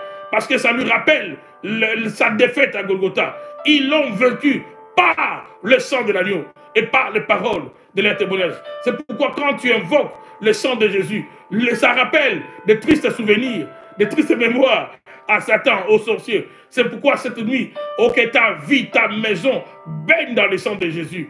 Que le sang de Jésus soit ton partage, le sang de Jésus dans ton auto, l'essence, la puissance du sang de Jésus dans chaque compartiment de ta chambre. Aussi, il y avait des entités des ténèbres, des caméras de la sorcellerie qu'on a placées pour te surveiller. Nous détruisons cela par la puissance du sang de Jésus. S'il y avait des présences que tu ressens dans ta salle de bain, on a ouvert une porte spirituelle par quelqu'un que tu as reçu, qui a ouvert une porte afin que les esprits atterrissent par la salle de bain. Pendant que je prie, que le sang de Jésus ferme cette porte dans ta salle de bain, dans le nom de Jésus-Christ de Nazareth. Je déclare la puissance du sang de Jésus. Le sang de Jésus. Oh, si le sang de l'animal, dans Exode 12, pouvait empêcher l'ange de la mort, le sang de Jésus peut chasser l'esprit de mort. C'est pourquoi je libère dans ta famille, dans ma famille, la puissance du sang de Jésus contre les esprits de mort, contre les esprits de réclamation, dans le nom de Jésus-Christ de Nazareth. Même si ton nom a été inséré dans une liste des gens qui doivent mourir, tu ne mourras pas parce que ce n'est pas dans la volonté de Dieu. Toi, tu dois vivre la volonté de ton Père. Je te déconnecte de cette liste de sacrifices, de sacrifier de la sorcellerie, de cette marmite des ténèbres. Toi, tu ne peux pas être dans cette marmite. Ta place est au ciel et au trône, oui, caché en Jésus-Christ, auprès du Père. Ta place est au ciel et non dans la marmite de la sorcellerie. Dans le nom puissant de Jésus, que le sang de Jésus efface ton nom de la marmite de sacrifier, que le sang de Jésus te déconnecte de tous ces esprits de poursuite, de tous ces esprits de la sorcellerie, que le sang de Jésus te donne la force, même dans tes rêves. À partir de maintenant, tes songes, je déclare que Dieu te donne la victoire dans tes songes.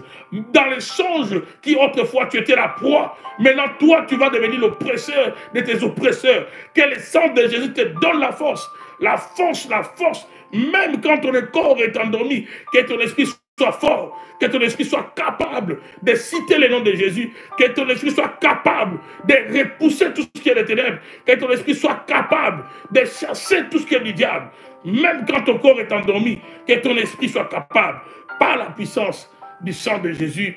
Soyez bénis, je dis sois béni mon frère, sois béni ma soeur, dans le nom puissant de Jésus-Christ de Nazareth. Waouh! Finalement, on risque de ne pas arrêter. Que Dieu vous bénisse. Que le Seigneur vous bénisse, mes frères et sœurs. Demain, je serai en direct sur YouTube et nous allons prier, nous allons parler encore de la prière. Nous allons continuer à percer le mystère et le Seigneur va nous faire beaucoup, beaucoup de bien. Continuez à prier pour le pasteur fidèle, à prier pour la montagne sainte ici à Laval. Que Dieu bénisse tous nos frères et sœurs, nos partenaires. Vous êtes nombreux, nombreuses, nos frères et sœurs. Vraiment, j'ai hâte.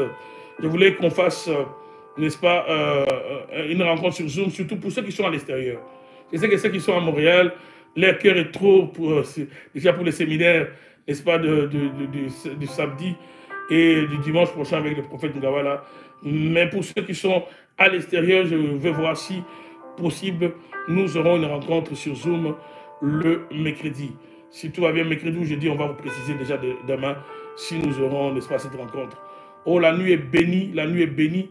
Là, déjà, à Montréal, bientôt, dans quelques minutes, c'est minuit. Donc, j'ai béni cette nuit. C'est l'heure à laquelle ils sortent pour aller voler, pour aller déranger les âmes. Donc, nous allons franchir ce minuit. Je vais finir par la prière. On a commencé par la prière, nous terminons par la prière. Nous terminons par le feu. Ok, que le feu de Dieu soit autour de ta maison. Alors que nous sommes pratiquement à quelques minutes de minuit, je déclare pour ceux-là qui sont dans les mêmes fuseaux horaires que moi ou pas, que le feu de Dieu entoure ta vie, entoure ta maison. Ceux-là qui sont le matin, que la journée soit déjà bénie. Oh, que le Seigneur puisse déraciner tout ce qu'on a sémé devant ta maison, dans le nom de Jésus-Christ de Nazareth. Que cette nuit soit bénie pour ceux qui sont au Canada, aux États-Unis, dans les mêmes fuseaux horaires que moi. Aucun sorcier n'atterrira dans ta maison, dans le nom de Jésus. Si Élisée, le prophète, pouvait à lui seul, n'est-ce pas, bénéficier de toute une armée de chars de feu, toi et moi, nous autres pour lesquels le sang de Jésus a coulé. Le sang de Jésus n'avait pas coulé pour Élisée, le sang des prophètes, le sang de Jésus a coulé pour toi et moi. Alors si le sang de Jésus a coulé pour toi et moi, ça veut dire que nous pouvons bénéficier de plusieurs anges de l'armée céleste. Et je prie que cela soit ton partage cette nuit, que cela soit ton partage dans ta maison, que tu sois célibataire, que tu sois marié. Oh, je déclare cette nuit que cette semaine finit avec des visitations nocturnes, finit avec des oppressions où tu ressens une main qui t'étrangle, finit avec des apparitions mystiques. Que la nuit soit bénie, que l'armée céleste puisse ceinturer, oh, que Dieu puisse intercepter même certains sorciers quand ils veulent sortir de leur maison pour se diriger vers ta maison, que ton ange puisse les bloquer à leur sortie. Vous savez, Dieu l'a fait dans le cas de Balaam. Balaam voulait sortir pour aller maudire les enfants d'Israël. L'ange de Dieu est venu le bloquer à sa sortie de sa maison. Que l'ange, ton ange, ou les anges que Dieu a mis à ta disposition, bloquent tes ennemis, ceux qui volent la nuit, en te disant que l'ange des anges, les anges que Dieu a mis à ta disposition, le bloquent à la sortie de leur maison, dans les noms puissants de Jésus-Christ de Nazareth. Oh, tu vas commencer cette journée dans la paix pour ceux qui sont le matin, ceux qui sont la nuit, tu vas dormir dans la paix. Je disais, tu dormiras dans la paix. Ta fille va dormir dans la paix, ton garçon dans la paix. Et dans ton couple, ou seul, vous allez bénéficier de la paix du Seigneur. Parce que la sécurité de Dieu est votre droit. C'est pourquoi le sang de Jésus a coulé. Soyez bénis, bénis, bénis. Que Dieu vous bénisse. Voilà, à demain. Au revoir. Que Dieu vous bénisse. Au revoir.